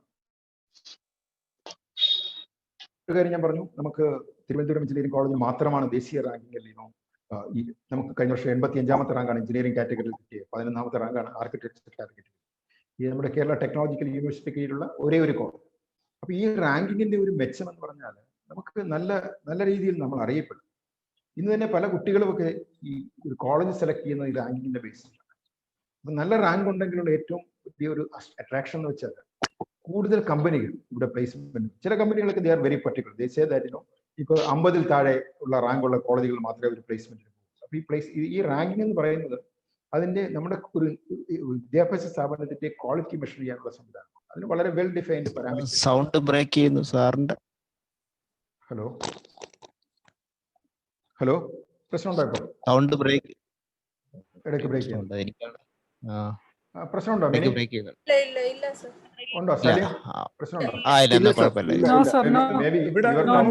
എനിക്കുള്ള പ്രശ്നമായിരിക്കും. ഓക്കെ. അപ്പൊ ഈ NARF റാങ്കിങ്ങില് നമ്മൾ വന്ന് നമുക്ക് നല്ല റാങ്ക് കിട്ടുകയാണെങ്കിൽ അത് വീണ്ടും നമ്മളെ കുട്ടികൾക്കാണ് അതിന്റെ പ്രയോജനം. അപ്പൊ അതിനുള്ള പക്ഷെ നമ്മളെ പോലെയുള്ള ഒരു കോളേജ് നമുക്ക് ഇപ്പൊ 85ാമത്തെ റാങ്കാണ്. അപ്പൊ അതിന് നമുക്ക് കുറെ കൂടെ റാങ്ക് ഇംപ്രൂവ് ചെയ്യാനുള്ള ഒരു പദ്ധതികളൊക്കെ നമ്മൾ ആവിഷ്കരിച്ച് നടപ്പാക്കുന്നുണ്ട്. അപ്പൊ അതിൽ നമ്മുടെ പാരൻസിൻ്റെയൊക്കെ സഹകരണം അതിനകത്ത് ഉണ്ടാവണം. അതിലേക്ക് നമ്മൾക്ക് കുട്ടികളിൽ നിന്ന് കുട്ടികളുടെ റിസൾട്ടും കുട്ടികളുടെ പ്ലേസ്മെന്റും ഒക്കെ ഇമ്പ്രൂവ് ചെയ്യുമ്പോൾ നമുക്കറിയാം പാരൻസിന് പല രീതിയിൽ നല്ല കണക്ഷൻസ് ഒക്കെ ഉള്ളവരുണ്ടാകാം. പക്ഷെ അവർക്ക് ഇന്നൊക്കെ നമുക്ക് പ്ലേസ്മെന്റിനൊക്കെ ഇമ്പ്രൂവ് ചെയ്യാനൊക്കെ എന്തെങ്കിലും ഒരു സംവിധാനങ്ങൾ. അപ്പോൾ നമ്മുടെ കോളേജിന്റെ നിലവാരം അല്ലെങ്കിൽ കോളേജിന്റെ ദേശീയ തലത്തിലുള്ള റാങ്കിങ് ഉയർത്തുന്നതിനൊക്കെ നമുക്ക് കളക്റ്റീവായി നമുക്ക് വർക്ക് ചെയ്യും. അതിന് എല്ലാവരുടെയും സഹായ സഹകരണം ഉണ്ടാകണമെന്നും അഭ്യർത്ഥിക്കാൻ ഞാൻ ഈ അവസരം ഉപയോഗിക്കുന്നു. അപ്പൊ ഇത്രയും കാര്യങ്ങളാണ് എനിക്ക് പൊതുവായിട്ട് പറയാനുള്ളത്. ഇനി നമ്മുടെ എഡ്യൂക്കേഷനെ കുറിച്ച് പറയാനുള്ളത്, നമുക്കറിയാം കഴിഞ്ഞ മാർച്ച് മുതൽ ക്ലാസ്സുകളെല്ലാം ഓൺലൈനാണ്. ഇപ്പോൾ തിരുവനന്തപുരം എഞ്ചിനീയറിംഗ് കോളേജിൽ നമുക്ക് പ്രാക്ടിക്കൽസിന് ചെറിയ ബുദ്ധിമുട്ട് ഉണ്ടെന്ന് ഒഴിച്ചാൽ വളരെ നല്ല രീതിയിൽ തന്നെയാണ് ഓൺലൈൻ ക്ലാസ്സുകൾ പോകുന്നത്. ഇപ്പൊ നമ്മുടെ ഫസ്റ്റ് ഇയർ സ്റ്റുഡൻസിന്റെ ഓൺലൈൻ ക്ലാസ്സുകൾ ഇനി അടുത്ത 9-ാം തീയതി നമ്മൾ തുടങ്ങുകയാണ്. ഈ ആഴ്ച ഫുള്ളായിട്ട് നമുക്ക് ഓറിയന്റേഷൻ പ്രോഗ്രാമാണ്. യൂണിവേഴ്സിറ്റി പൊതുവായിട്ട് നടത്തുന്ന പ്രോഗ്രാംസ് ഉണ്ട്, പിന്നെ നമ്മൾ തന്നെ അറേഞ്ച് ചെയ്യുന്ന പ്രോഗ്രാംസ് ഉണ്ട്. ഈ ആഴ്ച ഓറിയന്റേഷൻ പ്രോഗ്രാമാണ്. പിന്നെ അടുത്ത 7-8 ഒക്കെ ഇലക്ഷൻ. ഇവിടെ അധ്യാപകരിൽ നല്ലൊരു ശതമാനം അധ്യാപകർക്കും ഇലക്ഷൻ ഡ്യൂട്ടി ഉണ്ട്. അപ്പോൾ അതുകൊണ്ട് ഞങ്ങൾ 9-ാം തീയതി മുതലായിരിക്കും റെഗുലർ ക്ലാസ് തുടങ്ങുന്നത്. അത് ഈ ആഴ്ച മുഴുവനും നമ്മുടെ ഓറിയന്റേഷൻ പ്രോഗ്രാംസ് ആയി. അപ്പോൾ ഓൺലൈൻ ക്ലാസ് ഇപ്പോൾ ഇതുപോലെ വേറൊരു കാര്യം പ്രത്യേകിച്ച് പറയാനുള്ളത്, ഞാൻ പറഞ്ഞു കഴിഞ്ഞു നമ്മുടെ സ്കോളർഷിപ്പുകളെ കുറിച്ചും CTET സ്കോളർഷിപ്പിനെ കുറിച്ചും വളരെ വിശദമായി പറഞ്ഞു കഴിഞ്ഞു. അപ്പോൾ എനിക്ക് പറയാനുള്ളൊരു പ്രത്യേക, ഞാൻ പറഞ്ഞു ഈ കോളേജ് സാധാരണക്കാരുടെ കോളേജാണെന്ന് ഞാൻ പറഞ്ഞു. അപ്പോൾ ആർക്കെങ്കിലും തീരെ സാമ്പത്തികമായിട്ട് ബുദ്ധിമുട്ടുണ്ടെങ്കിൽ അവർക്ക് സാമ്പത്തികം ഒരിക്കലും മെറിറ്റുള്ളൊരു കുട്ടിക്ക് സാമ്പത്തികം ഒരു ബുദ്ധിമുട്ടായിരിക്കില്ല. And someone is asking me to speak in English, so I have already told you that we will be having a separate session for people from other states. Right? Now I think it will be better to communicate in Malayalam because there are a lot of people parents who may not be very comfortable in Malayalam. Okay, so we will have a different separate session for parents from other states. Yeah, I will continue in Malayalam. അപ്പോൾ ഇത്രയും കാര്യങ്ങളാണ് എനിക്ക് പൊതുവായിട്ട് പറയാനുള്ളത്. അപ്പോൾ online ഞാൻ പറഞ്ഞു കഴിഞ്ഞാൽ സാമ്പത്തികത്തിന്റെ കാര്യമാണ് പറഞ്ഞത്. അപ്പോൾ മെറിറ്റോറിയസ് ആയിട്ടുള്ള ഒരു കുട്ടിക്ക് സാമ്പത്തികമായിട്ട് ബുദ്ധിമുട്ടുണ്ടെങ്കിൽ അതൊന്നും ഒരു പ്രശ്നമല്ല. CET-യിൽ അതൊക്കെ സോൾവ് ചെയ്യാനുള്ള എല്ലാ സംവിധാനങ്ങളും ഉണ്ട്. ഇപ്പോൾ വേറെ ഒരു എക്സാമ്പിൾ എടുത്ത് പറയുകയാണെങ്കിൽ നമുക്ക് ഇപ്പോൾ ഓൺലൈൻ ഇപ്പോഴ് നമ്മുടെ ലോക്ക്ഡൗണിന്റെ കാലഘട്ടത്തിലൊക്കെ നമ്മുടെ കുട്ടികൾ, സാധാരണക്കാരായ പാരൻസിന്റെ കുട്ടികൾ, ഞാൻ പറഞ്ഞു പലർക്കും ജോലി നഷ്ടപ്പെട്ട പാരൻസ് ഒക്കെ ഉണ്ടായിരുന്നു. അപ്പോൾ അവിടെയും ഞങ്ങളൊരു സർവേ നടത്തി. അപ്പോൾ ഞങ്ങൾ വീണ്ടും കോളേജ് കൗൺസിലിൽ തീരുമാനമെടുത്തതിന്റെ പേരിൽ ഏകദേശം 100 കുട്ടികൾക്ക് ഞങ്ങളുടെ അധ്യാപകർക്ക് ഓണവുമായിട്ട് ബന്ധപ്പെട്ട ഫെസ്റ്റിവൽ അലവൻസ് ഞങ്ങൾ കൗൺസിൽ തീരുമാനിച്ചു. നമുക്ക് കിട്ടുന്ന ഫെസ്റ്റിവൽ അലവൻസ് നമുക്ക് അത്യാവശ്യമുള്ള കുട്ടികൾക്ക് ഒരു സ്കോളർഷിപ്പായിട്ട് കൊടുക്കണം. അപ്പോൾ ഞങ്ങൾ ഈ കഴിഞ്ഞ ഓണത്തിന്റെ ലോക്ക്ഡൗൺ ആ സമയത്ത് 100ഓളം കുട്ടികളെ നമ്മൾ ഐഡന്റിഫൈ ചെയ്ത് അവർക്ക് ഞങ്ങൾ 5000 രൂപ ഞങ്ങളുടെ അധ്യാപകർ ചെയ്താണ് 5000 രൂപ സ്കോളർഷിപ്പ് നമുക്ക് കൊടുക്കുന്നത്. ഞാൻ പറയുന്നത് സാമ്പത്തികം മെറിറ്റോറിയസ് ആയിട്ടുള്ള ഒരു കുട്ടിക്ക് സാമ്പത്തികം ഒരു പ്രശ്നമല്ല. നിങ്ങൾക്ക് എന്ത് പ്രശ്നങ്ങളുണ്ടായാലും ഇവിടെ സോൾവ് ചെയ്യാം. പിന്നെ അഡ്വൈസറി സിസ്റ്റം ഉണ്ട്. ഇവിടെ കുട്ടികൾക്ക് അവർക്ക് സ്പെസിഫിക് ആയിട്ട് എന്തെങ്കിലും പ്രശ്നമുണ്ടെങ്കിൽ അതെല്ലാം സോൾവ് ചെയ്യാനുള്ള കൗൺസിലിംഗ് സംവിധാനമുണ്ട്. കുട്ടികൾക്ക് അവർക്ക് ഇഷ്ടമുള്ള കാര്യം വളരെയധികം സ്റ്റുഡൻറ് ക്ലബ്ബുകൾ ഇവിടെ ഉണ്ട്. പിന്നെ ടെക്നിക്കൽ ക്ലബ്ബുകളുണ്ട്, നോൺ ടെക്നിക്കൽ ക്ലബ്ബുകളുണ്ട്. അപ്പോൾ അവർക്ക് ഇഷ്ടമുള്ള കാര്യങ്ങൾ ചെയ്യാനുള്ള എല്ലാ സംവിധാനങ്ങളും തിരുവനന്തപുരം എഞ്ചിനീയറിംഗ് കോളേജിലുണ്ട്. അപ്പോൾ എനിക്ക് പറയാനുള്ള, ഞാൻ വീണ്ടും എടുത്ത് പറയുന്ന ഒരു കാര്യം മാത്രമാണ്, കുട്ടികളെ ഇവിടെ വിട്ടു കഴിഞ്ഞ് CET ഏറ്റവും വളരെ പ്രശസ്തമായ സ്ഥാപനമാണ്. കുട്ടികളെ ഇവിടെ വിട്ടു കഴിഞ്ഞാൽ എല്ലാം കഴിഞ്ഞു എന്ന് വിചാരിക്കാൻ പാടില്ല. കുട്ടികൾക്ക് വളരെയധികം ഫ്രീഡമാണ് ക്യാമ്പസിൽ വന്നു കഴിയുമ്പോൾ കിട്ടുന്നത്. അപ്പൊ കുട്ടികളിൽ നിരീക്ഷിക്കണമെന്ന് ഞാൻ പറയുന്നില്ല, പക്ഷേ അതായത് ടീച്ചേഴ്സുമായിട്ട് ഒരു റാപ്പോ നിങ്ങൾക്ക് ഉണ്ടാകണം. കണ്ടിന്യൂസ് ആയിട്ട് അവരുമായിട്ട് ഇന്ററാക്ഷൻ ഒക്കെ ഉണ്ടാകും. പിന്നെ വേറൊരു പ്രധാനപ്പെട്ട കാര്യം പറയാനുള്ളത്, നമുക്ക് ഈ വർഷം, കഴിഞ്ഞ വർഷം വരെ നമുക്ക് 600 കുട്ടികളെയായിരുന്നു നമ്മൾ ഓരോ വർഷം മീറ്റ് ചെയ്യുന്നത്. ഇപ്രാവശ്യം നമുക്ക് EWS എന്നൊരു കാറ്റഗറി വന്നു. അപ്പോൾ അത് 10% സ്റ്റുഡൻറ് അവിടെ വന്നു. പിന്നെ computer science additional batch student. അപ്പോൾ ഏകദേശം 770 ബിടെക് കുട്ടികളാണ് നമ്മൾ ഈ വർഷം മീറ്റ് ചെയ്യുന്നത്. ഇനി MTechനാണെങ്കിൽ നമുക്ക് 25 സ്ട്രെങ്ത് ഉണ്ടായിരുന്നു. ഒരു ബാച്ചിൽ 18 കുട്ടികൾ. പക്ഷേ 2 MTech കൂടി തുടങ്ങിയാണ് ഇപ്രാവശ്യം, പുതിയ MTech. അപ്പോൾ അങ്ങനെ MTechൽ ഏകദേശം 486 സ്റ്റുഡൻസ് നമ്മൾ ഒരു വർഷം. പിന്നെ MCAയിൽ നമ്മൾ 60 കുട്ടികളെ മീറ്റ് ചെയ്യുന്നു. പിന്നെ MBAയിൽ 120 കുട്ടികളെ മീറ്റ് ചെയ്യുന്നു. അപ്പോൾ ഏകദേശം നമ്മൾ 1500ഓളം കുട്ടികളെയാണ് ഒരു വർഷം നമ്മൾ ഇവിടെ മീറ്റ് ചെയ്യുന്നത്. അപ്പോൾ അങ്ങനെ വരുമ്പോൾ ഏകദേശം 4000ഓളം കുട്ടി, ഞാൻ പറഞ്ഞു 4500ഓളം കുട്ടികൾ ഞാൻ പറഞ്ഞു. പക്ഷെ നമ്മുടെ ഹോസ്റ്റൽ ഫെസിലിറ്റി നോക്കുകയാണെങ്കിൽ നമ്മുടെ ലേഡീസ് ഹോസ്റ്റലിൽ നമുക്ക് ഏകദേശം 700 കുട്ടികളെ നമുക്ക് അക്കോമഡേറ്റ് ചെയ്യുന്നുണ്ട്. 700 കുട്ടികൾ എന്ന് പറയുമ്പോൾ നമുക്കൊരു പുതിയ ഹോസ്റ്റലിന്റെ ബ്ലോക്ക് ഉണ്ട്. അവിടെ നമ്മൾ ഒരു റൂമിൽ 4 കുട്ടികളെയാണ് നമ്മൾ അക്കോമഡേറ്റ് ചെയ്യുന്നത്. ഇനിയിപ്പോൾ ഈ കൊറോണയുടെ സാഹചര്യത്തിലൊക്കെ അങ്ങനെ തന്നെ അക്കോമഡേഷൻ കൊടുക്കാൻ പറ്റുമോ എന്നൊരു സംശയം നമുക്കുണ്ട്. പിന്നെ നമ്മുടെ മെൻസ് ഹോസ്റ്റൽ ആണെങ്കിൽ നമുക്ക് 240 മുറികളാണ് ഉള്ളത്. ഓരോ മുറികളിലും 2 പേരാണ് നമ്മൾ അക്കോമഡേറ്റ് ചെയ്യുന്നത്. 480 കുട്ടികൾക്കാണ് മൊത്തത്തിൽ അഡ്മിഷൻ കൊടുക്കുന്നത്. അപ്പോൾ ഏകദേശം ഒരു 100ഓളം ഫസ്റ്റ് ഇയർ കുട്ടികളെ മാത്രമേ നമുക്ക് മെൻസ് ഹോസ്റ്റലിൽ അക്കോമഡേറ്റ് ചെയ്യാൻ പറ്റൂ. അപ്പോൾ അത് നമ്മുടെ ഒരു പരിമിതിയാണ്. അപ്പോൾ അതുകൊണ്ട് നമുക്ക് എല്ലാ ആപ്ലിക്കേഷൻ തരുന്ന എല്ലാവർക്കും നമുക്ക് ഒരിക്കലും ഹോസ്റ്റലിൽ അഡ്മിഷൻ തരാൻ പറ്റില്ല. പുറത്തൊക്കെ വളരെയധികം സൗകര്യങ്ങളുണ്ട്. പിന്നെ നമുക്ക് ഹോസ്റ്റൽ അക്കോമഡേഷനൊക്കെ വളരെ ഗവൺമെന്റിന്റെ റൂൾസും, അപ്പോൾ അത് വെച്ചായിരിക്കും നമ്മൾ അഡ്മിഷൻ നടത്തുന്നത്. അപ്പോൾ ഈ കാര്യം നിങ്ങൾ എല്ലാവരും പ്രത്യേകം ഓർക്കുക. നമുക്ക് ഇവിടെ വരുന്ന എല്ലാവരെയും നമുക്ക് ഒരിക്കലും അക്കോമഡേറ്റ് ചെയ്യാൻ പറ്റത്തില്ല. ഇപ്പോൾ ദൂരം പറഞ്ഞു കഴിഞ്ഞാൽ നോക്കുകയാണെങ്കിൽ അതിന് പക്ഷേ ചില മാനദണ്ഡങ്ങളുടെ പേരിലാണ് നമ്മൾ അക്കോമഡേഷൻ കൊടുക്കുന്നത്. വളരെ വ്യക്തമായ മാനദണ്ഡങ്ങളുണ്ട്. കുറച്ച് മെറിറ്റ്, അവരുടെ ഡിസ്റ്റൻസ് ഒക്കെ നോക്കിയാണ്. അതുകൊണ്ട് ഡിസ്റ്റൻസ് മാത്രം നോക്കിയല്ല നമ്മൾ കൊടുക്കുന്നത്. ഇപ്പോൾ നമ്മൾ കൊല്ലം കഴിഞ്ഞ് കഴിഞ്ഞാൽ എല്ലാവരും ഒരുപോലെയാണ്. ഇത്ര ദൂരം നിൽക്കുകയാണെങ്കിൽ അവർക്ക് ഡെയിലി പോയി വരാൻ പറ്റില്ല, ഇവിടെ താമസിച്ചേ പറ്റും. അപ്പൊ അതുകൊണ്ട് എല്ലാവരെയും നമുക്ക് ഒരിക്കലും ഹോസ്റ്റലിൽ അക്കോമഡേറ്റ് ചെയ്യാൻ പറ്റത്തില്ല.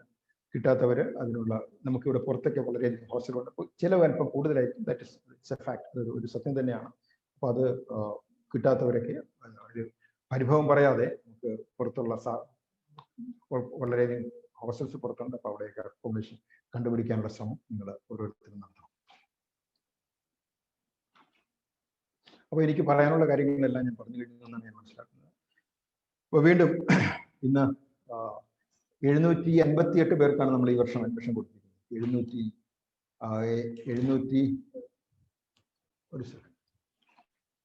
നമ്മൾ 776 അഡ്മിഷൻസിൽ 758 കുട്ടികളാണ് ജോയിൻ ചെയ്തത്. അപ്പോൾ അതിൽ സ്പോട്ട് അഡ്മിഷനെ കുറിച്ച് ഇവിടെ ചോദിച്ചു. നാളെ സ്പോട്ട് അഡ്മിഷൻ നടക്കുന്നുണ്ട്. 19 വേക്കൻസി ഉണ്ട്. അപ്പോൾ അതിനുള്ള എല്ലാ കാര്യങ്ങളും ഞങ്ങൾ സൈറ്റിൽ ഇട്ടിട്ടുണ്ട്. അപ്പോൾ ഇന്നിപ്പോൾ 758 പേര് ഇവിടെ ജോയിൻ ചെയ്യേണ്ടതാണ്. പക്ഷേ ഏകദേശം 491 പേര് മാത്രമേ ഇപ്പോൾ കാണുന്നുള്ളൂ. അപ്പോൾ അത് ഇപ്പോൾ വന്നവരെ, അപ്പോൾ ഇപ്പോൾ ഈ പറയേണ്ട വരാത്തവരോടാണ്. പക്ഷെ എന്നിരുന്നാലും ഇപ്പോൾ ഇങ്ങനെ മീറ്റിങ്ങിനൊക്കെ നിങ്ങൾ വന്നവരോട് ഞാൻ നന്ദി പറയാനും ഞാൻ വിളിക്കും. അപ്പോൾ എനിക്ക് പറയാനുള്ള കാര്യങ്ങളെല്ലാം ഞാൻ പറഞ്ഞു കഴിഞ്ഞു ഞാൻ വിശ്വസിക്കുന്നു. ഒരിക്കൽ കൂടി നിങ്ങളെ എല്ലാവരെയും അഭിനന്ദിക്കുന്നു. കോളേജിന്റെ ഞാൻ നേരത്തെ പറഞ്ഞ പോലെ അധ്യാപകരുടെ അവരുടെ സ്റ്റാഫ് അഡ്വൈസറിന്റെ ഫോൺ നമ്പറൊക്കെ വാങ്ങിച്ചു വയ്ക്കുക. അപ്പോൾ അത് അവരുമായിട്ടൊക്കെ നല്ല രീതിയിൽ ബന്ധം സ്ഥാപിക്കുക, കോണ്ടാക്ട് ഉണ്ടാവുക. പിന്നെ പരീക്ഷകളുടെ കാര്യങ്ങളൊക്കെ ഞാൻ പറഞ്ഞു. അതിനെക്കുറിച്ച് ഞാനൊന്നും പ്രത്യേകിച്ച് പറഞ്ഞില്ല. പരീക്ഷകൾ ഇപ്പോൾ വളരെ ഇപ്പോൾ സെമസ്റ്റർ ആയതുകൊണ്ട് ഇപ്പോൾ നമുക്ക് ഒരു 3.5 മാസമാണ് ക്ലാസ് എന്ന് പറയുന്നത്. 72 വർക്കിംഗ് ഡേയ്സ് ആണ്. അത് കഴിഞ്ഞാൽ പെട്ടെന്നാണ് പരീക്ഷ വരുന്നത്. പക്ഷേ സാധാരണ രീതിയിൽ തിരുവനന്തപുരം ജില്ലയിലുള്ള കുട്ടികൾ നല്ല രീതിയിൽ തന്നെയാണ് പരീക്ഷയിൽ എക്സൽ ചെയ്യാറുള്ളത്. അപ്പോൾ അത് പരീക്ഷയെ പാസ്സാകുക എന്നത് മാത്രമല്ല, കുട്ടികൾ അവരുടെ സ്കില്ല് നല്ല രീതിയിൽ ഡെവലപ്പ് ചെയ്യാനുള്ള എല്ലാ സംവിധാനങ്ങളും ഒക്കെ ഉണ്ട്.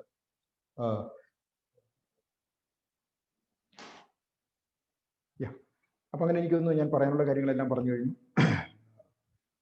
ഇനിയും ഒരിക്കൽ കൂടി എല്ലാവരെയും അഭിനന്ദിക്കുന്നു. ഈ മീറ്റിങ്ങിന് വന്നതിൽ പ്രത്യേകം നന്ദി പറയുന്നു. ഞാൻ നേരത്തെ പറഞ്ഞ പോലെ അധ്യാപകരുമായിട്ട് സ്റ്റാഫ് അഡ്വൈസേഴ്സായിട്ട് എല്ലാം ബന്ധപ്പെട്ടുകൊണ്ടിരിക്കുക. ഇനി നിങ്ങളുടെ ഓരോ ഡിപ്പാർട്ട്മെന്റിലും താമസിയാതെ തന്നെ ഡിപ്പാർട്ട്മെന്റ് PTA വിളിക്കുന്നതായിരിക്കും. അപ്പോൾ ഡിപ്പാർട്ട്മെന്റിലെ HOD-യുമായിട്ടും അധ്യാപകരുമായിട്ടും ഇന്ററാക്ട് ചെയ്യാനുള്ള ഒരു അവസരം കിട്ടുന്നതായിരിക്കും. ഒരിക്കൽ കൂടി എല്ലാവരെയും തിരുവനന്തപുരം എഞ്ചിനീയറിംഗ് കോളേജിലേക്ക് ഒന്നുകൂടെ സ്വാഗതം ചെയ്തുകൊണ്ടും എന്നിവിടെ മീറ്റിംഗിൽ പങ്കെടുത്തതിന് നന്ദി അർപ്പിച്ചുകൊണ്ട് ഞാൻ എൻ്റെ വാക്കുകൾ നിർത്തുന്നു. നന്ദി, നമസ്കാരം. Thank you, sir. Thank you, sir. Yes, Karthika. Thank you, sir. Next, I invite our UG Dean, Dr. Nizar sir, is another strong personality who is supporting the PTA activities. Let me invite UG Dean, Dr. Abdul Nizar, for the felicitation. Respected principal, heads of the departments, deans, warden, teachers, parents, and my dear students. As the principal has pointed out earlier, since the parents are predominantly from Kerala, I will also speak in Malayalam. But we will conduct a separate session for those who have problems in understanding Malayalam and student parents who are from other states. We'll soon conduct a meeting because also their problems will be different because they are from other states. So we'll definitely conduct a meeting for them as well. അതുകൊണ്ട് ഞാൻ ഈ മലയാളത്തിലാണ് തുടരുന്നത്. ഒരുപക്ഷെ നിങ്ങൾ parents മാതാപിതാക്കൾ ഏറ്റവും കൂടുതൽ സംസാരിച്ചിട്ടുള്ളത് എന്നോടായിരിക്കും ഈ കഴിഞ്ഞ ഒരു മാസമായിട്ട്. എൻ്റെ ഫോണിന് പലപ്പോഴും വിശ്രമമില്ലാത്ത രീതിയിൽ രാവിലെ മുതൽ വൈകും വരെ ഫോൺ കോളുകൾ അറ്റൻഡ് ചെയ്തൊരു സമയം ഉണ്ടായിരുന്നു. ഇന്നിപ്പോഴും ഈ സ്പോട്ട് അഡ്മിഷനുമായിട്ട് ബന്ധപ്പെട്ട് ഇന്നിപ്പോൾ എനിക്ക് 200 കോളെങ്കിലും ഞാൻ അറ്റൻഡ് ചെയ്തിട്ടുണ്ട്. അപ്പോൾ പേരൻസുമായിട്ട് ഏറ്റവും കൂടുതൽ സംസാരിച്ചിട്ടുള്ള ഒരാളെന്ന നിലയിൽ ഇനി കൂടുതൽ സംസാരിച്ച് ഇപ്പോൾ ഞാൻ സമയം കളയാൻ ഉദ്ദേശിക്കുന്നില്ല. പക്ഷെ പ്രിൻസിപ്പൽ പറഞ്ഞ 1-2 കാര്യങ്ങൾ വീണ്ടും ഞാൻ ആവർത്തിക്കുകയാണ്. കാരണം ആ കാര്യങ്ങളുടെ പ്രാധാന്യം അത്രത്തോളമാണുള്ളത്. നിങ്ങൾക്ക് ഈ കോളേജിൽ അഡ്മിഷൻ നിങ്ങളുടെ മകള് അല്ലെങ്കിൽ മകന് കിട്ടാൻ വേണ്ടി കുട്ടികളോടൊപ്പം ഏറ്റവും കൂടുതൽ അധ്വാനിച്ചിട്ടുള്ളവരാണ് നിങ്ങൾ. നിങ്ങളുടെ സുഖ സൗകര്യങ്ങളും നിങ്ങളുടെ ജോലി പോലും പലപ്പോഴും മാറ്റിവെച്ചിട്ട് അവർക്ക് വേണ്ടി ധാരാളം കഷ്ടപ്പെടേണ്ടി വന്നിട്ടുണ്ട്. സമയവും ധനവും ഒക്കെ വ്യയം ചെയ്തിട്ടാണ് നിങ്ങളുടെ മക്കളെ നിങ്ങൾ ഈ കോളേജിൽ എത്തിച്ചിരിക്കുന്നത്. തീർച്ചയായിട്ടും നിങ്ങൾക്ക് അഭിമാനിക്കാം. പ്രിൻസിപ്പൽ ഇപ്പോൾ ഇവിടെ പറഞ്ഞതുപോലെ ഈ കോളേജിൽ അഡ്മിഷൻ കിട്ടുക എന്നുള്ളത് കേരളത്തിലെ എഞ്ചിനീയറിങ്ങിന് പഠിക്കാൻ ആഗ്രഹിക്കുന്ന ഏത് വിദ്യാർത്ഥിയുടെയും സ്വപ്നമാണ്. ആ സ്വപ്നത്തിന് കൂട്ടായി നിന്നവരാണ് നിങ്ങൾ. അതിനുവേണ്ടി അവരോടൊപ്പം കഷ്ടപ്പെട്ടവരാണ്. ആ നിലയിൽ നിങ്ങൾ ഏറ്റവും അധികം ഭാഗ്യം ചെയ്തവരുമാണ്. കാരണം ഒരു അഡ്മിഷൻ ഇവിടെ തരപ്പെടുത്തിയെടുക്കുക എന്ന് പറയുന്നത് അത്ര എളുപ്പമല്ല. രണ്ടാമത്തെ പ്രിൻസിപ്പൽ പറഞ്ഞ ഒരു കാര്യം, ഇവിടെ അഡ്മിഷൻ എടുക്കുന്നതിന് പല പ്രയോജനങ്ങളുണ്ട്. അതിലൊരു പ്രയോജനം എന്ന് പറയുന്നത് സാമ്പത്തികമായിട്ട് പിന്നോക്കം നിൽക്കുന്നവർക്ക് ഏറ്റവും കുറഞ്ഞ ഫീസിൽ പഠിക്കുന്ന കേരളത്തിലെ 9 സ്ഥാപനങ്ങളിൽ ഏറ്റവും മുന്നിൽ നിൽക്കുന്നതാണിത്. അതുമാത്രമല്ല, ഏറ്റവും കൂടുതൽ ഇപ്പോൾ പറഞ്ഞ പോലെ പല കാര്യങ്ങളിലും ഇവിടുത്തെ സൗകര്യങ്ങളുടെ കാര്യത്തിലാണെങ്കിലും അധ്യാപകരുടെ നിലവാരത്തിൻ്റെ കാര്യത്തിലാണെങ്കിലും ഏത് കോളേജിനേക്കാളും മുന്നിട്ട് നിൽക്കുന്ന ഒരു കോളേജാണ് തിരുവനന്തപുരം എഞ്ചിനീയറിംഗ് കോളേജ്. അതിൻ്റെ ചരിത്രവും അങ്ങനെ തന്നെയാണ്. ഓരോ തവണയും ഓരോ വർഷം തോറും പുതിയ പുതിയ ലാബുകൾ വരുന്നു, പുതിയ പുതിയ സൗകര്യങ്ങൾ വരുന്നു, പുതിയ പുതിയ പ്രോജക്റ്റുകൾ വരുന്നു, കൂടുതൽ മെച്ചപ്പെട്ട അധ്യാപകർ വരുന്നു. അങ്ങനെയുള്ള അതുപോലെ മെച്ചപ്പെട്ട കമ്പനികൾ ജോലിക്ക് കുട്ടികളെ എടുക്കാൻ വേണ്ടി വരുന്നു. അപ്പോൾ ആ നിലയിലെല്ലാം വളരെയധികം പ്രയോജനം കുട്ടികൾക്ക് ചെയ്യുന്ന ഒരു കോളേജാണ് മറ്റേത് കോളേജിനേക്കാളും തിരുവനന്തപുരം എഞ്ചിനീയറിംഗ് കോളേജ്. അതേസമയം ഈ പറഞ്ഞതുപോലെ തന്നെ കുട്ടികളുടെ സ്റ്റുഡൻറ് സെൻട്രിക് ആയിട്ടുള്ള ഒരു ക്യാമ്പസാണ് തിരുവനന്തപുരം എഞ്ചിനീയറിംഗ് കോളേജ്. ഈ കോളേജ് കുട്ടികൾക്ക് ഏറ്റവും അധികം സ്വാതന്ത്ര്യം കൊടുക്കുന്ന ഒരു സ്ഥാപനമാണ്. അപ്പോൾ ഇത് വളരെ അധികം പ്രയോജനമുള്ളതുമാണ്, വളരെയധികം അപകടം ചെയ്യുന്നതുമാണ്. കാരണം ഇതുവരെ കുട്ടികൾ നിങ്ങളുടെ നിഴലിൽ വളർന്നവരാണ്. 100% അല്ലെങ്കിൽ 90% കുട്ടികളും അങ്ങനെ തന്നെയാണ്. അവരെല്ലാവരും നിങ്ങളിൽ നിന്ന് പോയി വീട്ടിൽ നിന്ന് വൈകിട്ട് വരുന്നു, നിങ്ങളുടെ നിയന്ത്രണത്തിലാണ്, നിങ്ങളുടെ സർവൈലൻസിലാണ്. അങ്ങനെയൊക്കെയുള്ള കുട്ടികളാണ് പെട്ടെന്നൊരു ദിവസം സ്വാതന്ത്ര്യം കിട്ടി വീട്ടുകാരിൽ നിന്ന് അകന്ന് അവരുടെ ശ്രദ്ധയിൽപ്പെടാത്ത ഒരു സ്ഥലത്തേക്ക് എത്തിച്ചേരുന്നത്. അപ്പോൾ ഈ പെട്ടെന്ന് ഈ ബലൂണിന് കാറ്റഴിച്ച് വിട്ട ഒരു എഫക്റ്റാണിത്. അപ്പോൾ അവരുടെ ഈ പെട്ടെന്ന് ഒരു പ്രഷറൈസ്ഡ് ആയിട്ടുള്ള ഒരു എൻവയോൺമെന്റിൽ നിന്നും വളരെ സമ്മർദ്ദങ്ങളിൽ നിന്നും, സമ്മർദ്ദം എന്ന് ഉദ്ദേശിക്കുന്ന പേരൻസിന്റെ നിയന്ത്രണമാണ്, ആ നിയന്ത്രണങ്ങളിൽ നിന്നും പെട്ടെന്ന് ഇവിടേക്ക് സ്വാതന്ത്ര്യം പ്രഖ്യാപിച്ച് വരുന്നവരാണ്. അപ്പൊ അതുകൊണ്ട് തന്നെ അവര് പിന്നെ വേറൊരു കാര്യമുള്ളത്, അവർ വളരെ ചെറുപ്പമാണ്. 18 വയസ്സെന്ന് പറയുന്നത് ഇപ്പോഴത്തെ കാലത്ത് മെച്യൂരിറ്റിയുടെ ലക്ഷണമല്ല. പണ്ട് 18 വയസ്സിലൊക്കെ അധ്യാപകരാകുന്നവര്, മാതാപിതാക്കളാകുന്നവരൊക്കെ ഉണ്ടായിരുന്ന ഒരു കാലത്ത് ഇപ്പോൾ 18 വയസ്സെന്ന് പറഞ്ഞാൽ വളരെ ഇമ്മച്യൂർ ആയിട്ടുള്ള ഒരു പ്രായമാണ് കുട്ടികളുടെ.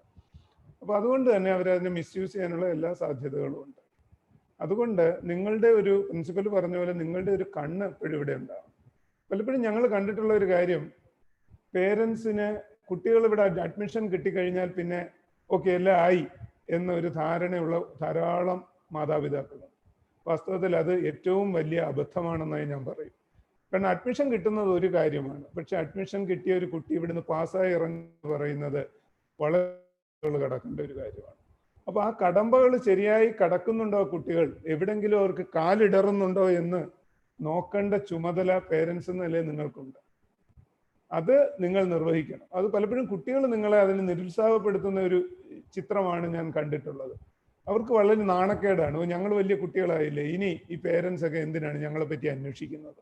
കോളേജിൽ വരുന്നത് തന്നെ വിലക്കുന്ന പല പേരൻസും എൻ്റെ അടുത്ത് പറഞ്ഞിട്ടുണ്ട്, സാറേ കോളേജ് വരാൻ ഞങ്ങൾക്ക് പേടിയാണ്, മക്കൾ ഞങ്ങളെ വഴക്ക് പറയും എന്ന് പറയുന്ന ധാരാളം പേരൻസിനെ ഞാൻ കണ്ടിട്ടുണ്ട്.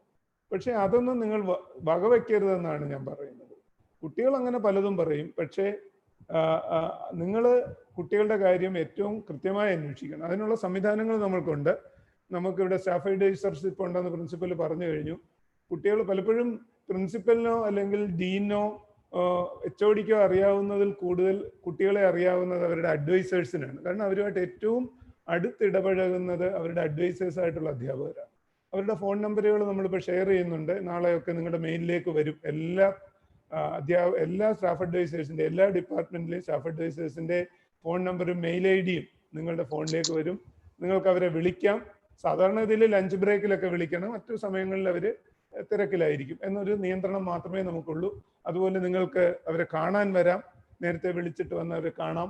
അത് കാണുന്ന ഒരു സെമസ്റ്ററിൽ അല്ലെങ്കിൽ ഒരു സെമസ്റ്ററിൽ ഒരു തവണയെങ്കിലും നിങ്ങളുടെ കുട്ടികളെ ഇവരെ കാണാൻ ശ്രമിക്കണം, അവരെ വിളിക്കാൻ ശ്രമിക്കണം, പലപ്പോഴായിട്ട് വിളിക്കാൻ ശ്രമിക്കണം. കാരണം നിങ്ങൾക്കൊന്നും അറിഞ്ഞുകൂടായിരിക്കും. ഒരുപക്ഷെ പല അധ്യാപകർക്ക് ഈ കുട്ടികൾ, പേരൻസിന് ഈ കുട്ടികൾ എന്താ പഠിക്കുന്നത് എന്നുള്ള അവർ പഠിക്കുന്ന സബ്ജക്റ്റുകളെ പറ്റിയൊന്നും വലിയ ഗ്രാഹ്യം ഉണ്ടാവണമെന്നില്ല. പക്ഷെ അതിൻ്റെ ഒന്നും ആവശ്യമില്ല, അതൊന്നും വളരെ പ്രധാനമല്ല.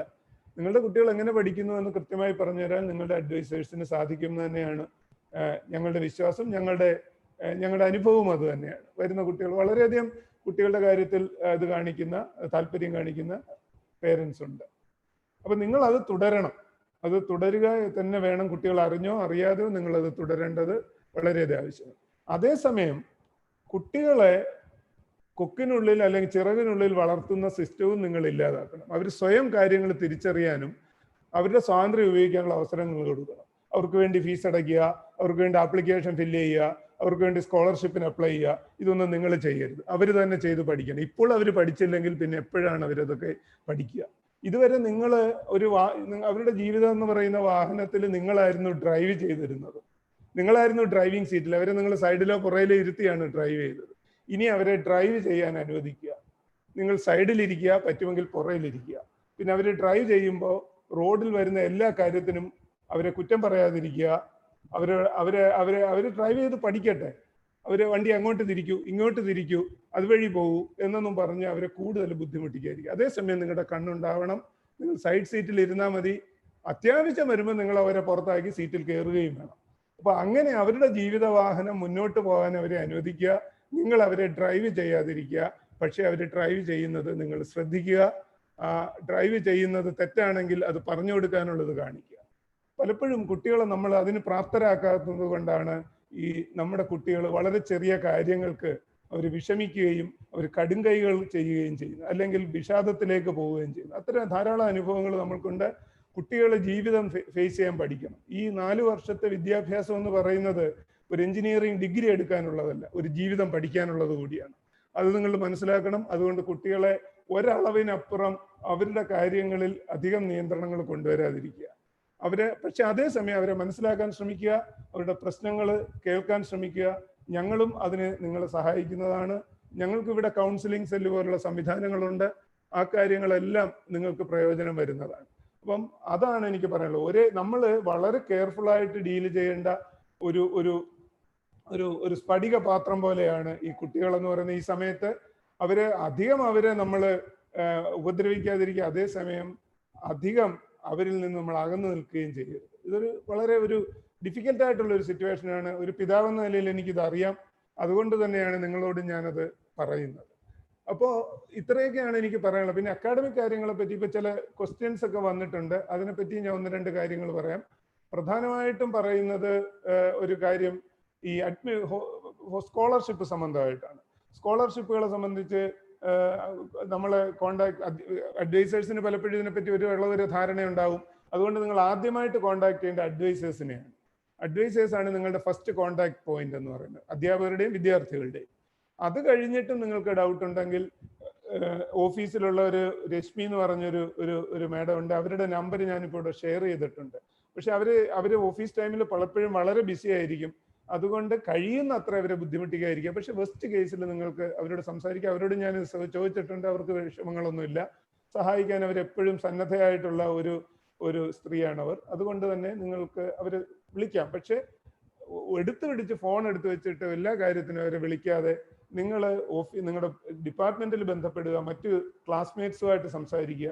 ഇതൊന്നും കഴിഞ്ഞ് നിങ്ങളുടെ പ്രശ്നം സോൾവ് ചെയ്യാൻ പറ്റുന്നില്ലെങ്കിൽ നിങ്ങൾ അവരോട് സംസാരിക്കണം. പിന്നീട് വരുന്ന ഒരു ക്വസ്റ്റ്യൻ എന്ന് പറഞ്ഞു കഴിഞ്ഞാൽ ഹോസ്റ്റൽ അഡ്മിഷനുമായിട്ട് ബന്ധപ്പെട്ടുള്ളതാണ്. ഹോസ്റ്റൽ അഡ്മിഷൻ എപ്പോഴും നടക്കുമെന്നുള്ളതാണ്. നമ്മളിപ്പം തീരുമാനിച്ചിരിക്കുന്നതിനെ പറ്റി കൂടുതൽ വാർഡൻ ഇവിടെ ഉണ്ടെങ്കിൽ ഒരു വാക്ക് പറയണം എന്നാണ് ഈ മീറ്റിങ്ങിന് ശേഷം പറയണം എന്ന് ഞാൻ ആഗ്രഹിക്കുന്നു. പക്ഷെ ഞാൻ മനസ്സിലാക്കിയിടത്തോളം ഹോസ്റ്റൽ അഡ്മിഷൻ നമ്മൾ പലപ്പോഴും ഇവിടെ ഇപ്പോൾ ക്ലാസ്സുകൾ തുടങ്ങില്ല. ഇപ്പം നമുക്ക് ഓൺലൈൻ ക്ലാസ്സുകളാണ്. അതിനെപ്പറ്റി ഞാൻ 1-2 സെന്റൻസ് പറയാൻ ആഗ്രഹിക്കുന്നുണ്ട്. ഓൺലൈൻ കോണ്ടാക്ട് ക്ലാസ്സുകൾ ആക്ച്വലി നമ്മുടെ ക്യാമ്പസിൽ ക്ലാസ് റൂമിൽ നടക്കുന്ന ക്ലാസ്സുകൾ തുടങ്ങാനുള്ള തീരുമാനങ്ങളൊന്നും ആയിട്ടില്ല. അതാകുന്ന മുറയ്ക്ക് നമ്മൾ അതിന് വളരെ മുമ്പ് തന്നെ അത് അറിഞ്ഞ ഉടനെ നമ്മൾ അഡ്മിഷനുള്ള ഹോസ്റ്റൽ അഡ്മിഷന്റെ ഡീറ്റെയിൽസ് നിങ്ങളെ അറിയിക്കും. ഈ ഹോസ്റ്റൽ അഡ്മിഷൻ എങ്ങനെ എടുക്കണം, അതിന് അപ്ലൈ ചെയ്യണം എങ്ങനെയെന്നുള്ളതിന് അറിയാത്തവർക്ക് വേണ്ടി നമ്മുടെ വെബ്സൈറ്റിൽ ആ ഇൻഫർമേഷൻ ഇട്ടിട്ടുണ്ട്. ഫോമും അവിടെ അത് ഫില്ല് ചെയ്ത് ഓൺലൈനിൽ നിങ്ങൾക്ക് ചെയ്യാം. അതിനുശേഷം നമ്മളത് കൺസോൾട്ടേറ്റ് ചെയ്യുകയാണ് ചെയ്യുന്നത്. അതിന് ചില ക്രൈറ്റീരിയ ഉണ്ട് കുട്ടികൾക്ക് കൊടുക്കുന്നതിന്. അപ്പോൾ എല്ലാ കുട്ടികൾക്കും ഇത് കിട്ടില്ല എന്ന് നേരത്തെ തന്നെ പറഞ്ഞു കഴിഞ്ഞു. പക്ഷേ ഒരു സെറ്റ് ഓഫ് കുട്ടികൾക്ക് ഇത് കിട്ടും. കിട്ടാത്തവർക്ക് ഏതൊക്കെ ഹോസ്റ്റൽ കിട്ടുമെന്നൊരു ചോദ്യം ഇവിടെ കണ്ടു. പക്ഷേ അതിനെപ്പറ്റി ഇപ്പം എനിക്കൊരു കൃത്യമായ ഇൻഫർമേഷൻ പറയാൻ പറ്റില്ല. ചുറ്റും വളരെയധികം ഹോസ്റ്റലുകൾ ഉണ്ട്. പലതും നല്ലതാണ് ഇപ്പം വരുന്നത്. കഴിയുമെങ്കിൽ കുട്ടികൾ ഒറ്റയ്ക്ക് താമസിക്കാത്ത ഒരു മോളിൽ ഒരാളുള്ള പല ഹോസ്റ്റലുകളുടെയും ചില ഹോസ്റ്റലുകളുടെ പ്രത്യേകത എന്താണെന്ന് പറഞ്ഞു കഴിഞ്ഞാൽ കുട്ടികൾക്കായി അങ്ങ് വിട്ടുകൊടുത്തിരിക്കുകയാണ് ഒരു വലിയ ഹോസ്റ്റൽ. അപ്പം അത് പലതരത്തിലുള്ള പ്രശ്നങ്ങൾ ഉണ്ടാകാനുള്ള വഴിയുണ്ട്. പക്ഷെ ഒരു കെയർ ടേക്കർ ഉള്ള ഉത്തരവാദിത്തപ്പെട്ട ഹോസ്റ്റലിന്റെ ഉടമ ഉത്തരവാദിത്തപ്പെട്ട ഏൽപ്പിച്ച ഒരാളുള്ള ഒരു ഹോസ്റ്റൽ നിങ്ങൾ തിരഞ്ഞെടുക്കാൻ ശ്രമിക്കണം. നമ്മൾ അത്തരം ചില ഹോസ്റ്റലുകളെ പറ്റി കുറച്ച് ഇൻഫർമേഷൻ ഗ്യാദർ ചെയ്യാൻ ശ്രമിച്ചിട്ട് നിങ്ങൾക്ക് മെയിലിൽ അയച്ചു തരികയും ചെയ്യാം. പിന്നെ ക്ലാസ്സുകളെ പറ്റിയാണ് എനിക്ക് ഡീൻ എന്ന നിലയിൽ പ്രധാനമായിട്ടും പറയാനുള്ളത്. ക്ലാസ്സുകൾ നമ്മളിപ്പോൾ ഓൺലൈൻ മോഡിലാണ് നടത്തുന്നത്. അതിനുവേണ്ടി നമ്മൾ പ്രത്യേകമായ ഒരു മെയിൽ ID എല്ലാ കുട്ടികൾക്കും കൊടുക്കും. ആ മെയിൽ ID ഉപയോഗിച്ച് ആ ക്ലാസ്സുകളിൽ കയറാൻ പറ്റുള്ളൂ. അതിനുള്ള ശ്രമങ്ങൾ നമ്മൾ ആരംഭിച്ചിട്ടുണ്ട്. ക്ലാസ് തുടങ്ങുന്നതിന് മുമ്പ് തന്നെ ആ മെയിൽ ID നിങ്ങളുടെ ഇതിലെത്തും. അതോടൊപ്പം തന്നെ എനിക്കൊരു കാര്യം പറയാനുള്ളത്, നമ്മുടെ വെബ്സൈറ്റിൽ ഒരു ലിങ്ക് ഇട്ടിരുന്നു. പലരുടെയും മെയിൽ ID തെറ്റാണ്. അപ്പം നിങ്ങളിപ്പോൾ ഈ വന്ന കൂട്ടത്തിൽ അതിൽ എൻ്റർ ചെയ്തവരാണെങ്കിൽ നിങ്ങൾ ഇനി അതിനെപ്പറ്റി ആലോചിക്കേണ്ട. അങ്ങനെ ചെയ്യാത്ത ആരെങ്കിലും ഈ മീറ്റിങ്ങിലേക്ക് വന്നിട്ടുണ്ടെങ്കിൽ അവരെല്ലാം ആ സൈറ്റിൽ പോയിട്ട് ആ ലിങ്കിൽ മെയിൽ ID-യും ഫോൺ നമ്പറും കൃത്യമായിട്ട് അപ്ഡേറ്റ് ചെയ്യണം. കുട്ടികളുടെ മെയിലുകൾ റെഗുലറായിട്ട് ചെക്ക് ചെയ്യണം. ഞങ്ങൾക്ക് നിങ്ങളെ കോൺടാക്ട് ചെയ്യാൻ ഈ സമയത്ത് വേറെ വഴികളൊന്നുമില്ല. അപ്പം ഈ മെയിൽ ID-യും ഈ ഫോൺ നമ്പറുകളും എല്ലാം അവരുടെ അഡ്വൈസേഴ്സിലേക്ക് എത്തും. വാട്സാപ്പ് ഗ്രൂപ്പുകൾ ഫോം ചെയ്യുന്നുണ്ട്. അവരുടെ വാട്സാപ്പ് ഉള്ള ഒരു നമ്പറായിരിക്കണം വിദ്യാർത്ഥികൾ കൊടുക്കേണ്ടത്. വാട്സാപ്പ് ഗ്രൂപ്പുകൾ ഉണ്ടാക്കും ഓരോ ബാച്ചിനും വേണ്ടി. അതുവഴിയായിരിക്കും കൂടുതൽ കമ്മ്യൂണിക്കേഷൻസ് വരിക. അപ്പോൾ അതുകൊണ്ട് ഈ അഡ്വൈസേഴ്സിന്റെ ഡീറ്റെയിൽസ് കിട്ടിക്കഴിഞ്ഞാൽ പിന്നെ നിങ്ങൾ എന്നെ വിളിക്കേണ്ട കാര്യമില്ല. എന്ത് കാര്യം അറിയുന്നതിനും നിങ്ങൾ അഡ്വൈസേഴ്സിനെ വിളിക്കുക. എനിക്ക് ഒറ്റ തരത്തിലുള്ള ഒത്തിരി തിരക്കുകളും ഒക്കെ ഉള്ള ആളാണ്. അതിൻ്റെ ഇടയ്ക്കാണ് ഞാൻ ഈ ഫോൺ കോളുകളെല്ലാം അറ്റൻഡ് ചെയ്തുകൊണ്ടിരിക്കുന്നത്. അപ്പോൾ ഇത്രയുമാണ് എനിക്ക് നിങ്ങളോട് പറയാനുള്ളത്. ഞാൻ ഈ പറഞ്ഞ കാര്യങ്ങൾ വീണ്ടും ആവർത്തിക്കുന്നു. കുട്ടികളെ ഒരളവ് വരെ സ്വാതന്ത്ര്യം നൽകുക. അതോടൊപ്പം തന്നെ അവരുടെ കാര്യങ്ങൾ നിങ്ങൾ കൃത്യമായി അന്വേഷിക്കുക. ഇപ്പോൾ എഞ്ചിനീയറിംഗ് കോളേജിൽ ഞാൻ നേരത്തെ പറഞ്ഞ പോലെ ധാരാളം ചതിക്കുഴികളുണ്ട്. കുട്ടികളോട് ഞാൻ കഴിഞ്ഞ ദിവസവും പറഞ്ഞിരുന്നു, ഇത് പ്രലോഭനങ്ങളുടെ ഒരു പർദീസയാണ് CET എന്ന് പറഞ്ഞത്. അകത്തും ചുറ്റുമെല്ലാം ധാരാളം പ്രലോഭനങ്ങളുള്ള ഒരു സ്ഥലമാണ്. ഒന്നാമത് തലസ്ഥാന നഗരിയാണ്. അതുകൊണ്ട് പ്രലോഭനങ്ങളുടെ മൊത്ത വ്യാപാരികൾ ധാരാളമുള്ള ഒരു സ്ഥലമാണ്. അപ്പൊ കുട്ടികൾ ഈ പ്രലോഭനങ്ങളിലെല്ലാം പോയി വീഴാതിരിക്കുക. പ്രതീക്ഷയിലെ എല്ലാ ആപ്പിളും കടിച്ചു നോക്കാതിരിക്കുക. ആപ്പിളുകളൊക്കെ ശ്രദ്ധിച്ച് കടിക്കാൻ അവരോട് നിങ്ങൾ പറയുക. അതുമാണ് എനിക്ക് പറയാനുള്ളത്. നിങ്ങളുടെ ഒരു കണ്ണ് എപ്പോഴും അവരുടെ മേലുണ്ടാകുക. ആ കുട്ടികളെ നല്ല പൗരന്മാരായിട്ട് വളരട്ടെ, നല്ല എഞ്ചിനീയർമാരായിട്ട് പുറത്തു വരട്ടെ.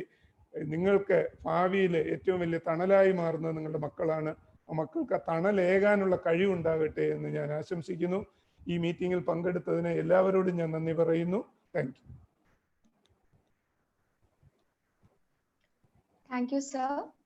Next, I invite Shri K.T. Balabhaskaran, Vice President of PTA, for the felicitation.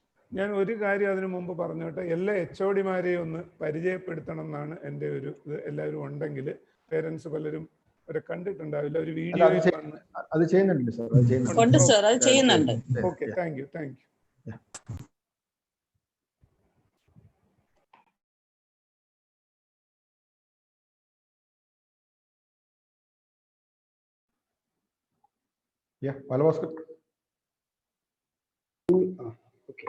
കേൾക്കുന്നുണ്ടല്ലോ?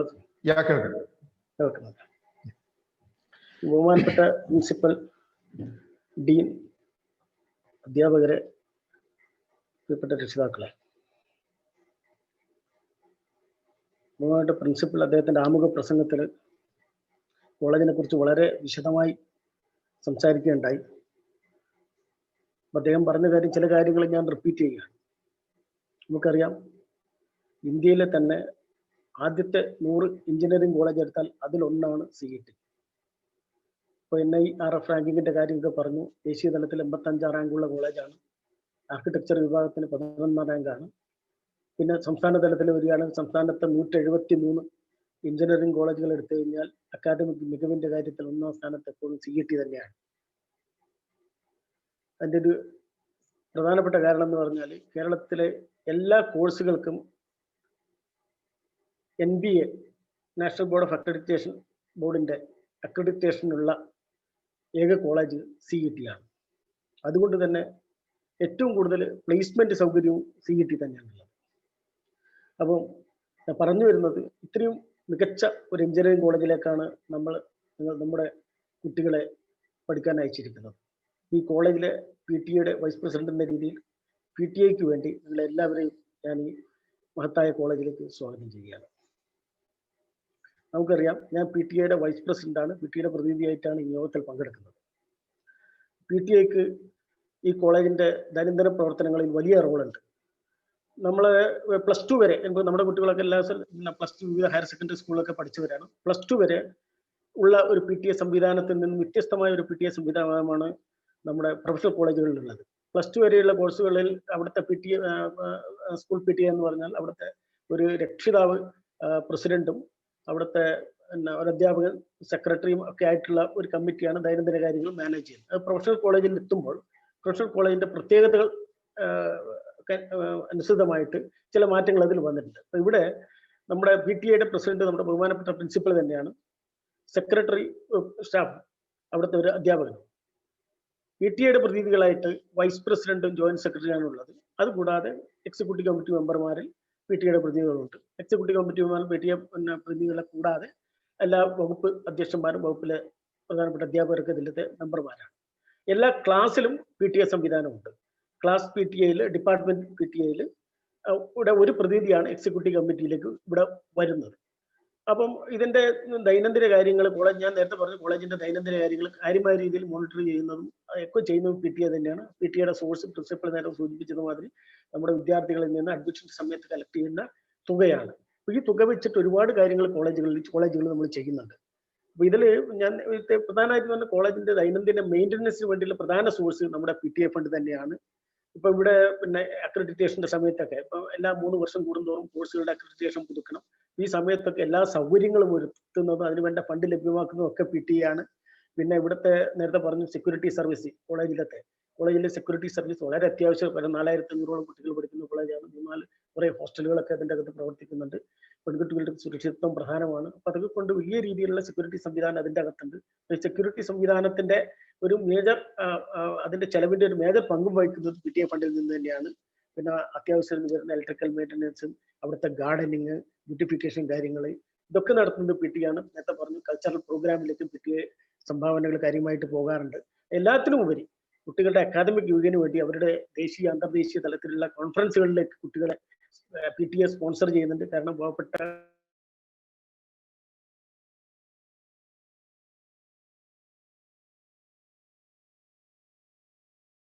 Please unmute.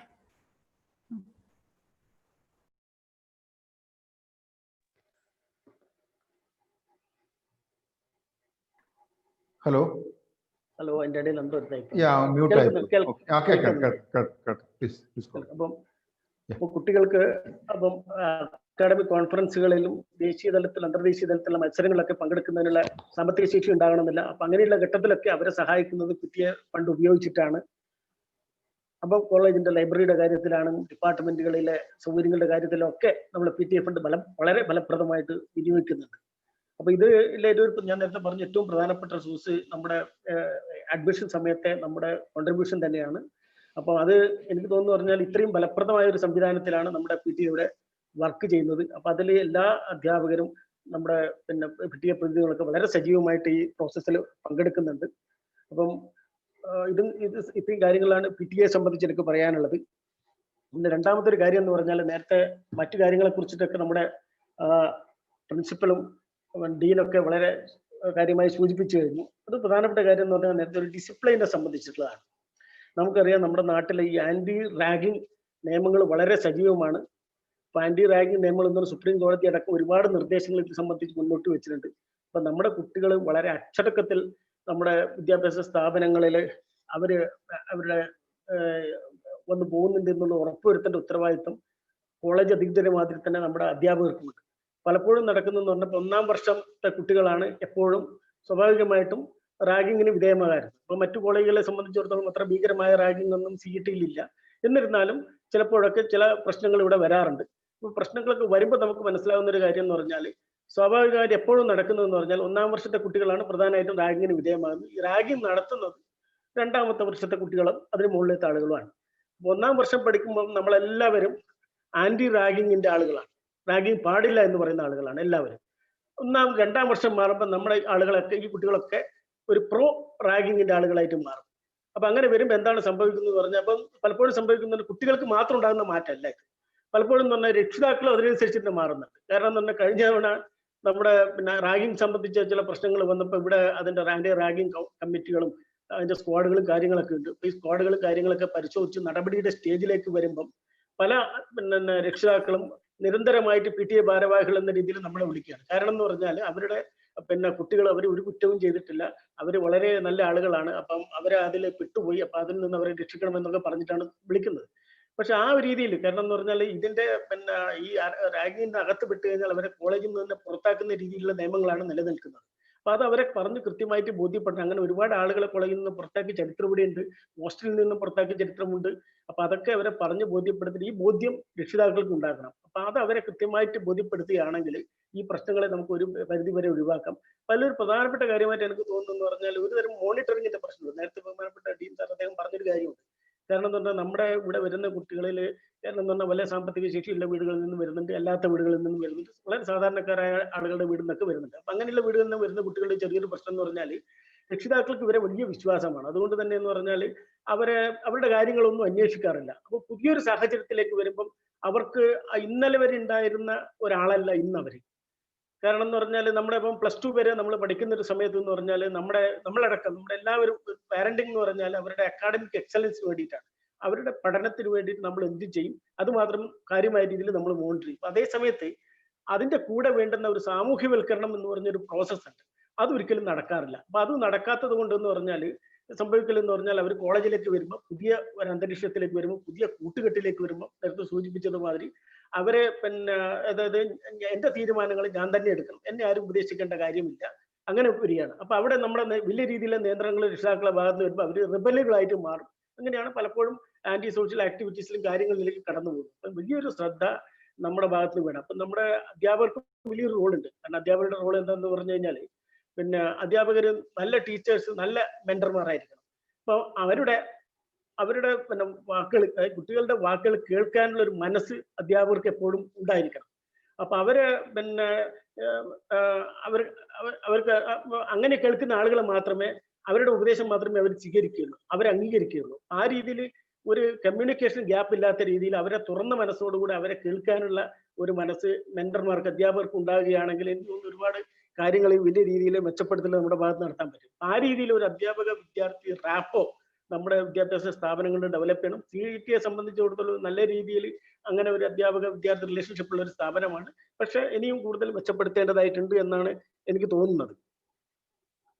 അപ്പം ഇതിൽ കൂടുതലായിട്ട് കാര്യങ്ങളൊന്നും എനിക്ക് പറയാനില്ല. പിന്നെ ഇതിൽ ഞാൻ എന്നെ വ്യക്തിപരമായിട്ട് പറയുകയാണെങ്കിൽ എനിക്ക് ഒരു ചെറിയ രീതിയിൽ ചില സഹായങ്ങളൊക്കെ ചെയ്യാൻ പറ്റുന്ന ഒരാളാണ്. കാരണം ഞാൻ ഇപ്പോൾ ഇവിടെ വരുന്ന വിദ്യാർത്ഥികളിൽ പഠിക്കുന്നതിനിപ്പോൾ സാമ്പത്തികമായി ബുദ്ധിമുട്ടുള്ള ആളുകളാണെങ്കിൽ അവർക്ക് വളരെ കുറഞ്ഞ പലിശ നിരക്കിൽ വിദ്യാഭ്യാസ വായ്പകൾ ലഭ്യമാക്കുന്ന ഒരു സ്ഥാപനത്തിന്റെ മാനേജിംഗ് ഡയറക്ടറാണ് ഞാൻ. കേരള സംസ്ഥാന പിന്നോക്ക വിഭാഗ വികസന കോർപ്പറേഷന്റെ. ഈ കോർപ്പറേഷനെ കുറിച്ച് പറയുകയാണെങ്കിൽ ഇത് കേരളത്തിലെ OBC, അതർ ബാക്ക്വേർഡ് ക്ലാസ്സസ്, മറ്റു പിന്നോക്ക സമുദായങ്ങളെയും മൈനോറിറ്റീസ്, മുസ്ലിം ക്രിസ്ത്യൻ വിഭാഗങ്ങളെയും പ്രതിനിധീകരിക്കുന്ന സ്ഥാപനമാണ്. കേരളത്തിലെ ജനസംഖ്യയുടെ ഏകദേശം 75% ആളുകൾ ഇതിന്റെ ടാർഗറ്റ് ഗ്രൂപ്പിൽ വരുന്നുണ്ട്.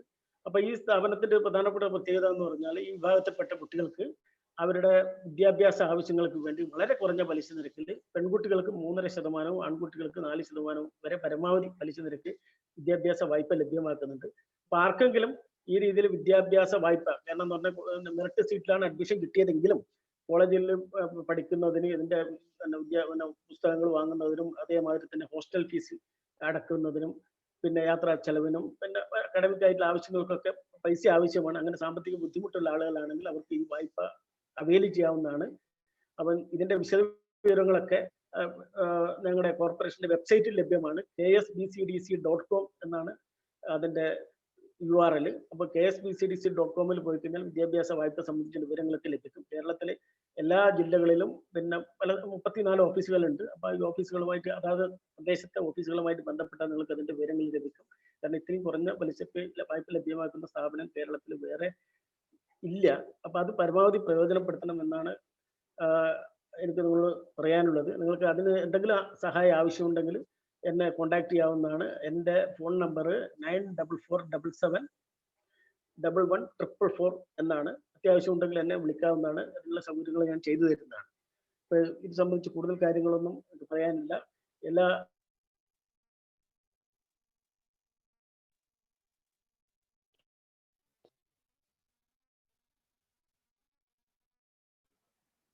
Hello Balabhaskar. Hello.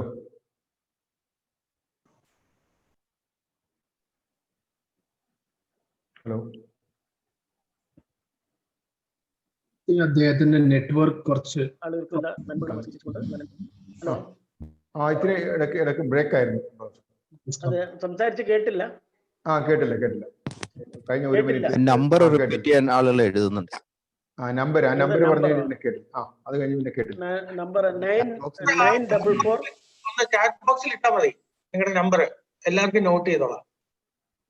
Please put your number in the chat box of this meeting. So that Okay, right. I will do that. Okay.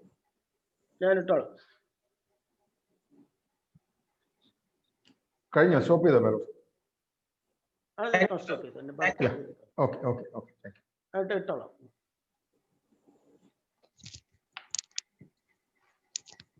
Karthika. Thank you, sir. Next, we have a short self-introduction session of all the heads of the departments. The dignitaries may kindly switch on their audio and video and introduce themselves when they are invited. First, we have the Dean, Undergraduate Program. No, കഴിഞ്ഞല്ലോ already. Sir പറഞ്ഞു കഴിഞ്ഞു. Okay. So next, we have the Dean, Postgraduate Program. Sir എത്തിയിട്ടുണ്ടോ? Sir, please switch on your audio and video. Jayamar sir.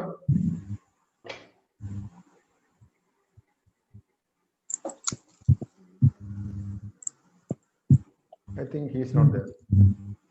So shall I proceed? Yeah, proceed. Disconnect ആയിരുന്നു. Yeah. HOD madam. Next, we have head of the department, civil engineering. ഇല്ലേ? ഉണ്ടല്ലോ. So, teacher കേൾക്കുന്നില്ല. Mute ആണോ? so next we have Wait, HOD civil engineering Yeah, department. civil. Dr. Mini Soman, teacher. Hello. HOD civil, please.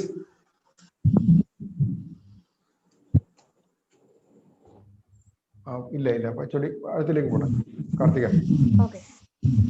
Next we have head of the department, mechanical engineering.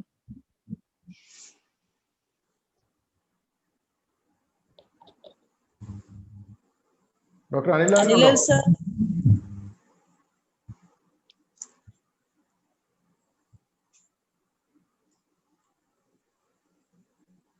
Maybe some issues. അടുത്തലേക്ക് പോകണം. Next we have HOD electrical engineering department. Good evening all. I am Dr. P. Srijaya, head of the Department of Electrical Engineering. Thank you. Thank you, ma'am. Next we have head of the department, electronics and communication engineering. Good afternoon all. Myself is Dr. Santosh Kumar, HOD ENC department. First of all, I congratulate everybody for getting your son or doctor getting admitted to College of Engineering Trivandrum. We will have a separate meeting with each of the parents. Okay, thank you. Thank you, sir. Next we have head of the department, computer science engineering. Good evening all. എൻ്റെ പേര് Salim, computer science and എഞ്ചിനീയറിംഗിൻ്റെ HOD. ഉടനെ തന്നെ നിങ്ങളുടെ പേരൻസുമായിട്ട് ഒരു meeting നമ്മൾ separate ആയിട്ട് കൂടുന്നതായിരിക്കും. ഒരിക്കൽ കൂടി congratulations all. Thank you. Thank you, sir. Next we have head of the department, architecture. Hello everyone, I'm Dr. Sunil Edward.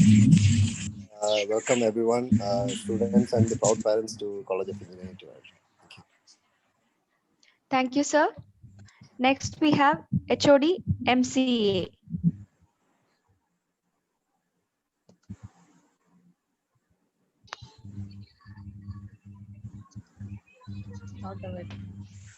അടുത്തലേക്ക് പോകണം.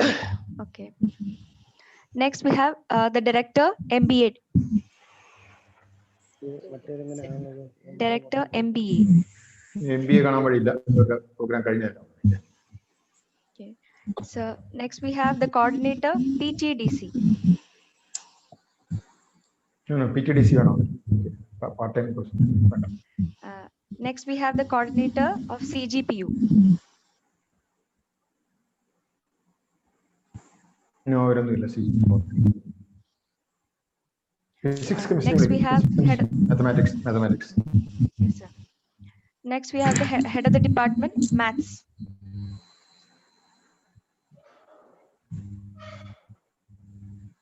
Good evening to you all.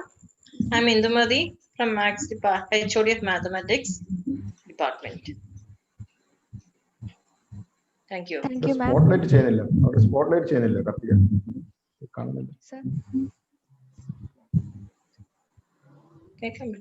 Indumathi ടീച്ചറെ കണ്ടില്ല. Good evening to you all. I'm Indumati from HOD of Mathematics Department. Thank you, ma'am. Next we have HOD physics department. Spotlight ചെയ്യണം. Good evening all. Am I audible? Yeah, you're audible. Yeah, please. I am Sindhu Aral, HOD Department of Physics. Thank you, ma'am.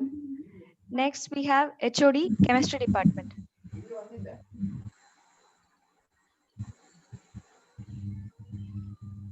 Good evening all of you. I am Dr. Rani Pavitran,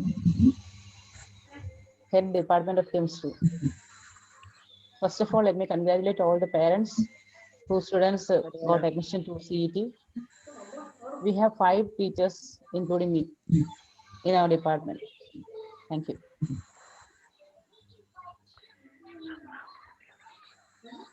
Thank you, ma'am. Next. Physical education student, Dr. Praveen. Dr. Praveen. Yes, sir. Head of the Department, Physical Education.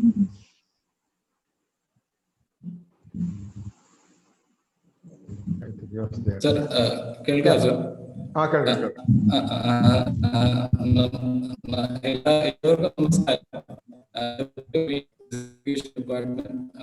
Principal ആമുഖ പ്രസംഗത്തിൽ സൂചിപ്പിക്കുകയുണ്ടായി കോളേജിലെ കായിക ഫെസിലിറ്റികളെ പറ്റിയൊക്കെ. അപ്പൊ അതിൻ്റെ എല്ലാം ചുമതല വഹിക്കുന്ന ഡിപ്പാർട്ട്മെന്റാണ്. ഏറ്റവും മിടുക്കരായ കുട്ടികളാണ് കോളേജിൽ വരുന്നതെങ്കിൽ കൂടി അവർ എല്ലാം സ്പോർട്സിന്റെ കാര്യത്തിൽ അതീവ തൽപരരും നമ്മുടെ യൂണിവേഴ്സിറ്റി തലത്തിലുള്ള മത്സരങ്ങളിലെല്ലാം ഗംഭീര വിജയം കൈവരിക്കാൻ സാധിക്കുന്ന കുട്ടികളാണ് എന്ന കാര്യത്തിൽ വളരെയധികം ഞാൻ അഭിമാനം കൊള്ളുന്നു.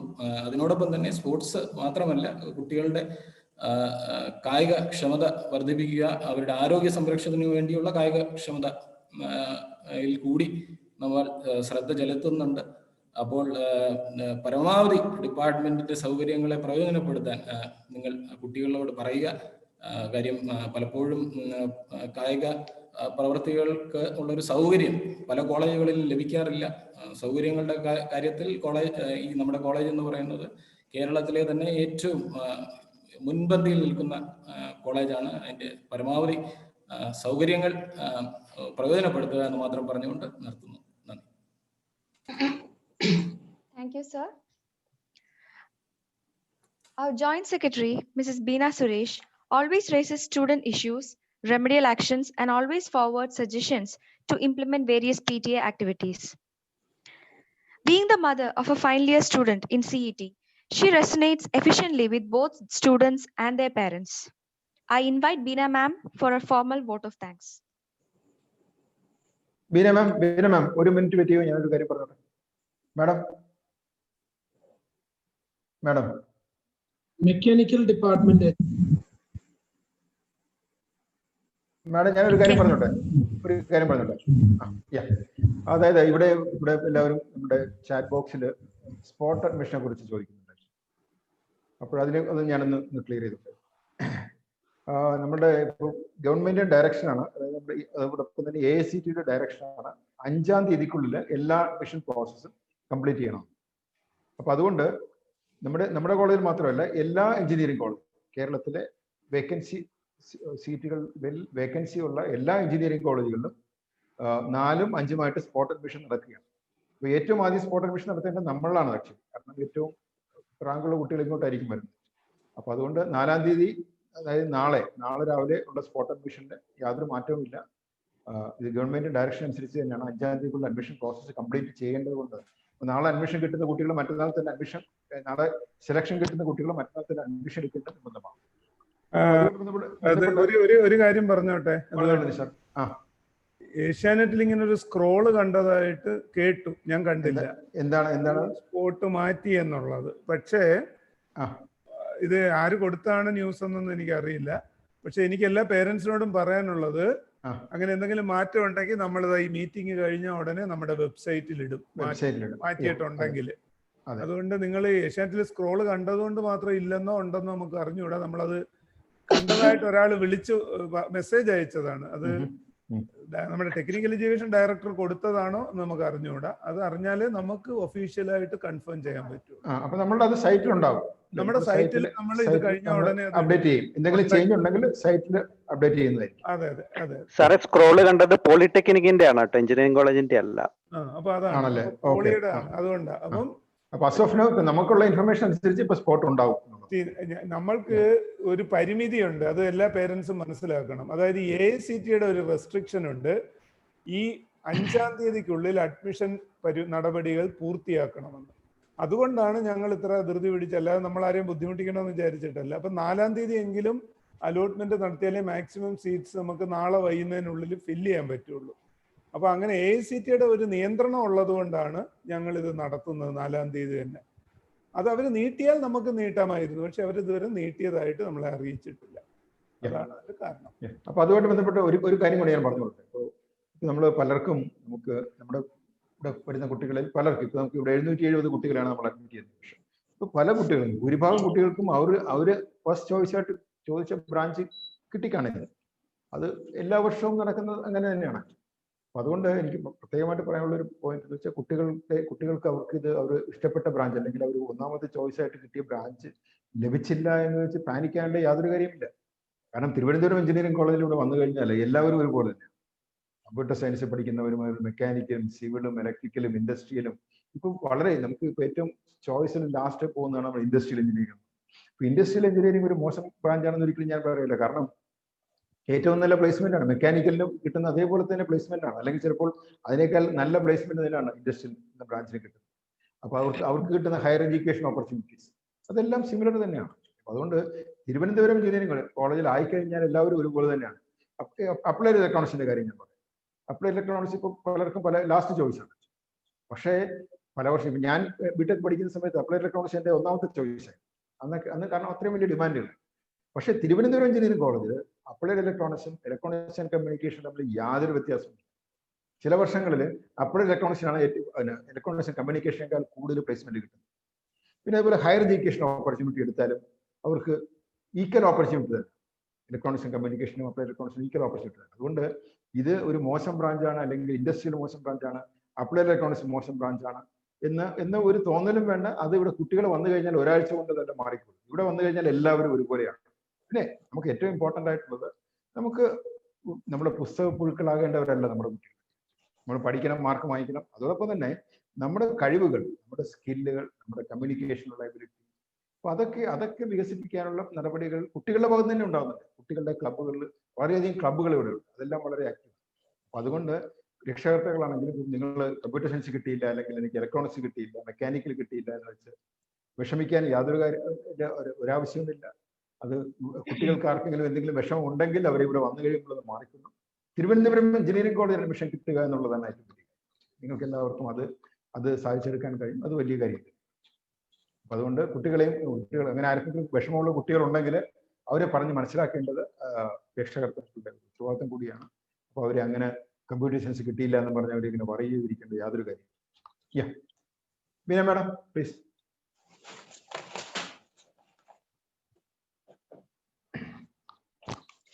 ബഹുമാനപ്പെട്ട principal doctor Jiji sir, UG dean doctor Abdul Nisar sir, department heads, PTA vice president Shri KT Balabhaskar sir, PTA secretary doctor Biju Sasidharan sir, PTA treasurer doctor Mini madam, മറ്റ് PTA എക്സിക്യൂട്ടീവ് മെമ്പേഴ്സ്, പ്രിയപ്പെട്ട കുട്ടികളെ, ബഹുമാനപ്പെട്ട രക്ഷിതാക്കളെ, എല്ലാവർക്കും എൻ്റെ നമസ്കാരം. എന്റെ കർത്തവ്യം നന്ദി പ്രകാശിപ്പിക്കുക എന്നതാണ്. അതിനു മുൻപ് PTA ജോയിന്റ് സെക്രട്ടറി എന്ന നിലയിലും നിങ്ങൾ രക്ഷകർത്താക്കളുടെ ഒരു പ്രതിനിധി എന്ന നിലയിലും എനിക്ക് ചില കാര്യങ്ങൾ ഞാൻ അവിടെ എക്സ്പീരിയൻസ് ചെയ്ത ചില കാര്യങ്ങൾ പങ്കുവയ്ക്കാം. എല്ലാം പറഞ്ഞു കഴിഞ്ഞു. പ്രിൻസിപ്പാളും ഡീനും നമ്മുടെ PTA വൈസ് പ്രസിഡന്റ് ബാലഭാസ്കർ സാറും എല്ലാം 100% കവർ ചെയ്തു കഴിഞ്ഞു. എങ്കിൽ കൂടിയും ഞാനൊരു അമ്മ എന്ന നിലയിൽ, ഒരു കുട്ടിയുടെ സീറ്റിൽ പഠിക്കുന്ന ഒരു കുട്ടിയുടെ അമ്മ എന്ന നിലയിൽ ഞാൻ ചില കാര്യങ്ങൾ പങ്കുവയ്ക്കാൻ ആഗ്രഹിക്കുകയാണ്. നമ്മുടെ ഈ കുട്ടികളെല്ലാം +2 കഴിഞ്ഞ് കോളേജിലേക്ക് വരുന്ന കുട്ടികൾ കാണുന്നത് ഒരു പുതിയ ലോകമാണ്. സാർ എല്ലാ എനിക്ക് മുന്നേ സംസാരിച്ച എല്ലാവരും പറഞ്ഞ ഒറ്റൊരു കാര്യം, സ്വാതന്ത്ര്യം. ഇന്ത്യക്ക് സ്വാതന്ത്ര്യം കിട്ടുന്നതിനേക്കാളും വലിയ സന്തോഷമാണ് നമ്മുടെ സീറ്റിൽ വരുന്ന നമ്മുടെ മക്കൾക്ക് കിട്ടുന്ന സ്വാതന്ത്ര്യം. സീറ്റിൽ 100% സ്വാതന്ത്ര്യം അവർക്ക് നൽകുന്നു. മിടുക്കരായ കുട്ടികളാണ് സീറ്റിൽ വരുന്നത്. എന്നാൽ ആദ്യത്തെ 2 മാസം കൊണ്ട് തന്നെ അവർ മാറുകയാണ്. അവർ സ്വാതന്ത്ര്യം അങ്ങനെ അനുഭവിച്ചു തുടങ്ങിക്കഴിഞ്ഞു. ആ മാറ്റം നമ്മൾ പാരന്റ്സ് ആണ് ആദ്യം തിരിച്ചറിയുന്നത്. നമ്മൾ തന്നെയാണ് അത് തിരിച്ചറിയേണ്ടത്. അവരുടെ ഫോൺ കോളിന്റെയും മെസ്സേജിന്റെയൊക്കെ ഫ്രീക്വൻസി കുറയും. പ്രിൻസിപ്പൽ പറഞ്ഞതുപോലെ ഈ കോളേജിന്റെ ശക്തി എന്ന് പറയുന്നത് കുട്ടികൾ തന്നെയാണ്.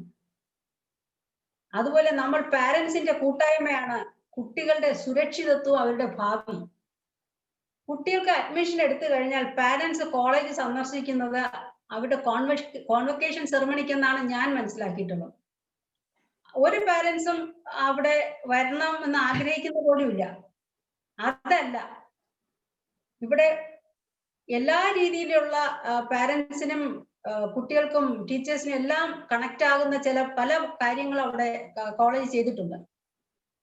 കുട്ടികളും ടീച്ചേഴ്സും ഉൾപ്പെടുന്ന WhatsApp group, parents, teachers, staff advisers അടങ്ങുന്ന വാട്സപ്പ് ഗ്രൂപ്പ്, അങ്ങനെ ഡിപ്പാർട്ട്മെന്റ് തലത്തിൽ എല്ലാം ചെയ്തിട്ടുണ്ട്. നിങ്ങൾക്ക് പാരന്റ്സിന് അതുവഴി അക്കാഡമിക് ഡീറ്റെയിൽസ് എല്ലാം ചെയ്യാൻ കിട്ടും. എന്നാൽ അതുപോലെ പഠിത്തത്തിന്റെ ഗ്രാഫിന്റെ വ്യതിയാനം കുട്ടികളുടെ സ്വഭാവത്തിലും വരുന്ന മാറ്റം നമ്മൾ മനസ്സിലാക്കണം. നമ്മൾ ഡിപ്പാർട്ട്മെന്റിനോട് അറ്റാച്ച് ആകുമ്പോൾ നമുക്കറിയാം കുട്ടികളുടെ പഠിത്തത്തിലുള്ള ഗ്രാഫിന്റെ വ്യത്യാസം. അപ്പോൾ നമുക്ക് മനസ്സിലാക്കിക്കോണം നമ്മളുടെ മക്കളിൽ വരുന്ന മാറ്റം. പ്രായപൂർത്തിയായ കുട്ടികളുടെ സ്വാതന്ത്ര്യത്തിൽ കൈകടത്തേണ്ട ഒരു ആവശ്യവുമില്ല. എങ്കിൽ കൂടിയും നമുക്ക് അവർക്കൊരു മോറൽ സപ്പോർട്ട് കൊടുക്കും. അതാണ് അവർക്ക് വേണ്ടത്.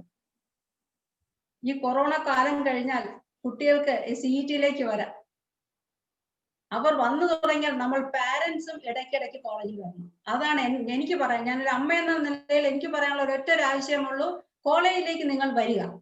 ഒരു സെമസ്റ്ററിൽ ഒരു പ്രാവശ്യമെങ്കിലും നമ്മൾ കോളേജിൽ വന്നിരിക്കണം. ഒരു കോളേജ് മീറ്റിംഗ്, ഒരു ക്ലാസ് മീറ്റിംഗ് വെച്ചാൽ 60-65 കുട്ടികളുള്ള ക്ലാസ്സിൽ 20-25 രക്ഷകർത്താക്കളെ വരാറുള്ളൂ. ഈ വരാത്തവർ തന്നെയാണ് വലിയ പരാതിക്കാരൻ. എനിക്കൊരു എക്സ്പീരിയൻസ് ഉള്ളത്, കഴിഞ്ഞ എന്റെ മകൾ പഠിക്കുന്ന ഇലക്ട്രോണിക്സ് ഡിപ്പാർട്ട്മെന്റിൽ ഒരു ക്ലാസ് മീറ്റിംഗ് വെച്ചു. 140ഓളം ഡിപ്പാർട്ട്മെന്റ്, 140ഓളം കുട്ടികളുള്ളതിൽ വെറും 40 പാരന്റ്സ് ആണ് വന്നത്. അച്ഛനും അമ്മയും ഉൾപ്പെടെ 40 പാരന്റ്സ് ആണ് വന്നിട്ടുള്ളത്. അവർക്കൊന്നും ഒരു പ്രാധാന്യം ഇല്ലാത്തതുപോലെയാണ്. ഫസ്റ്റ് സെമസ്റ്റർ കഴിയുമ്പോൾ തന്നെ കുട്ടികൾ രക്ഷാകർത്താക്കളെ പേടിപ്പിക്കും, ചിലർ ഭീഷണിയും പെടുത്തും. നിങ്ങളുടെ കോളേജിൽ വരവിന് എല്ലാവരും തടസ്സപ്പെടുത്തും. പക്ഷെ ആ അഭിപ്രായത്തിൽ നിങ്ങൾ ആ വിലക്ക് മറികടക്കുക തന്നെ വേണം. PTA മീറ്റിംഗ്, ക്ലാസ് മീറ്റിംഗ് എല്ലാം നടക്കുമ്പോൾ പാരന്റ്സിന്റെ സാന്നിധ്യമാണ് ഏറ്റവും പ്രാധാന്യം. വരണം, ടീച്ചേഴ്സിനെ കാണാൻ ഡിപ്പാർട്ട്മെന്റിൽ വരണം, എല്ലാം ചെയ്യും. നമ്മുടെ വേറൊരു കാര്യം ഞാൻ പറയാം. നമ്മുടെ പ്രിൻസിപ്പാൾ ഡോക്ടർ ജിജി സാർ കുട്ടികളോടും രക്ഷകർത്താക്കളോടും വളരെ സൗഹൃദപൂർണമായിട്ടുള്ള ഒരു ഇടപെടലാണ് നടത്തുന്നത്. അതുകൊണ്ട് കുട്ടികളെ സംബന്ധിച്ചുള്ള ഏത് കാര്യവും പ്രിൻസിപ്പാളുമായി നേരിട്ട് സംസാരിക്കാനുള്ള അവസരം നമ്മുടെ CET-ലുണ്ട്. എന്റെ അനുഭവമാണ് ഞാൻ ഈ പങ്കുവയ്ക്കുന്നത്. എന്റെ മകളും ഇവിടെ അവസാനത്തെ വർഷം അപ്ലൈഡിൽ പഠിക്കുകയാണ്. അപ്പോൾ എന്റെ ഒരു അപേക്ഷ എന്ന് തന്നെ വിളിക്കാം, രക്ഷകർത്താക്കളുടെ സാന്നിധ്യമാണ് ഏറ്റവും പ്രധാനം. അവരെ ഒരു മോറൽ സപ്പോർട്ട് കൊടുത്ത് അവരെ കുഞ്ഞിലെ വളർത്തി എങ്ങനെ കൊണ്ടുവന്നോ അതുപോലെ തന്നെ നമ്മൾ ഡീൻ സാറ് പറഞ്ഞതുപോലെ ആ ഒരു പാമ്പറിംഗിൽ കൂടി നമ്മളെ കൊണ്ടുപോവുക തന്നെ വേണം. ഞാൻ കൂടുതൽ നീട്ടുന്നില്ല, കാരണം കോളേജിനെ സംബന്ധിച്ചുള്ള 100% വിവരങ്ങളും പ്രിൻസിപ്പാളും ഡീനും സാറും എല്ലാം തന്നു കഴിഞ്ഞു. ഞാൻ എൻ്റെ കർത്തവ്യത്തിലേക്ക് കടക്കാം. എൻ്റെ കർത്തവ്യം പങ്കെടുത്ത എല്ലാവർക്കും നന്ദി രേഖപ്പെടുത്തുക എന്നുള്ളതാണ്.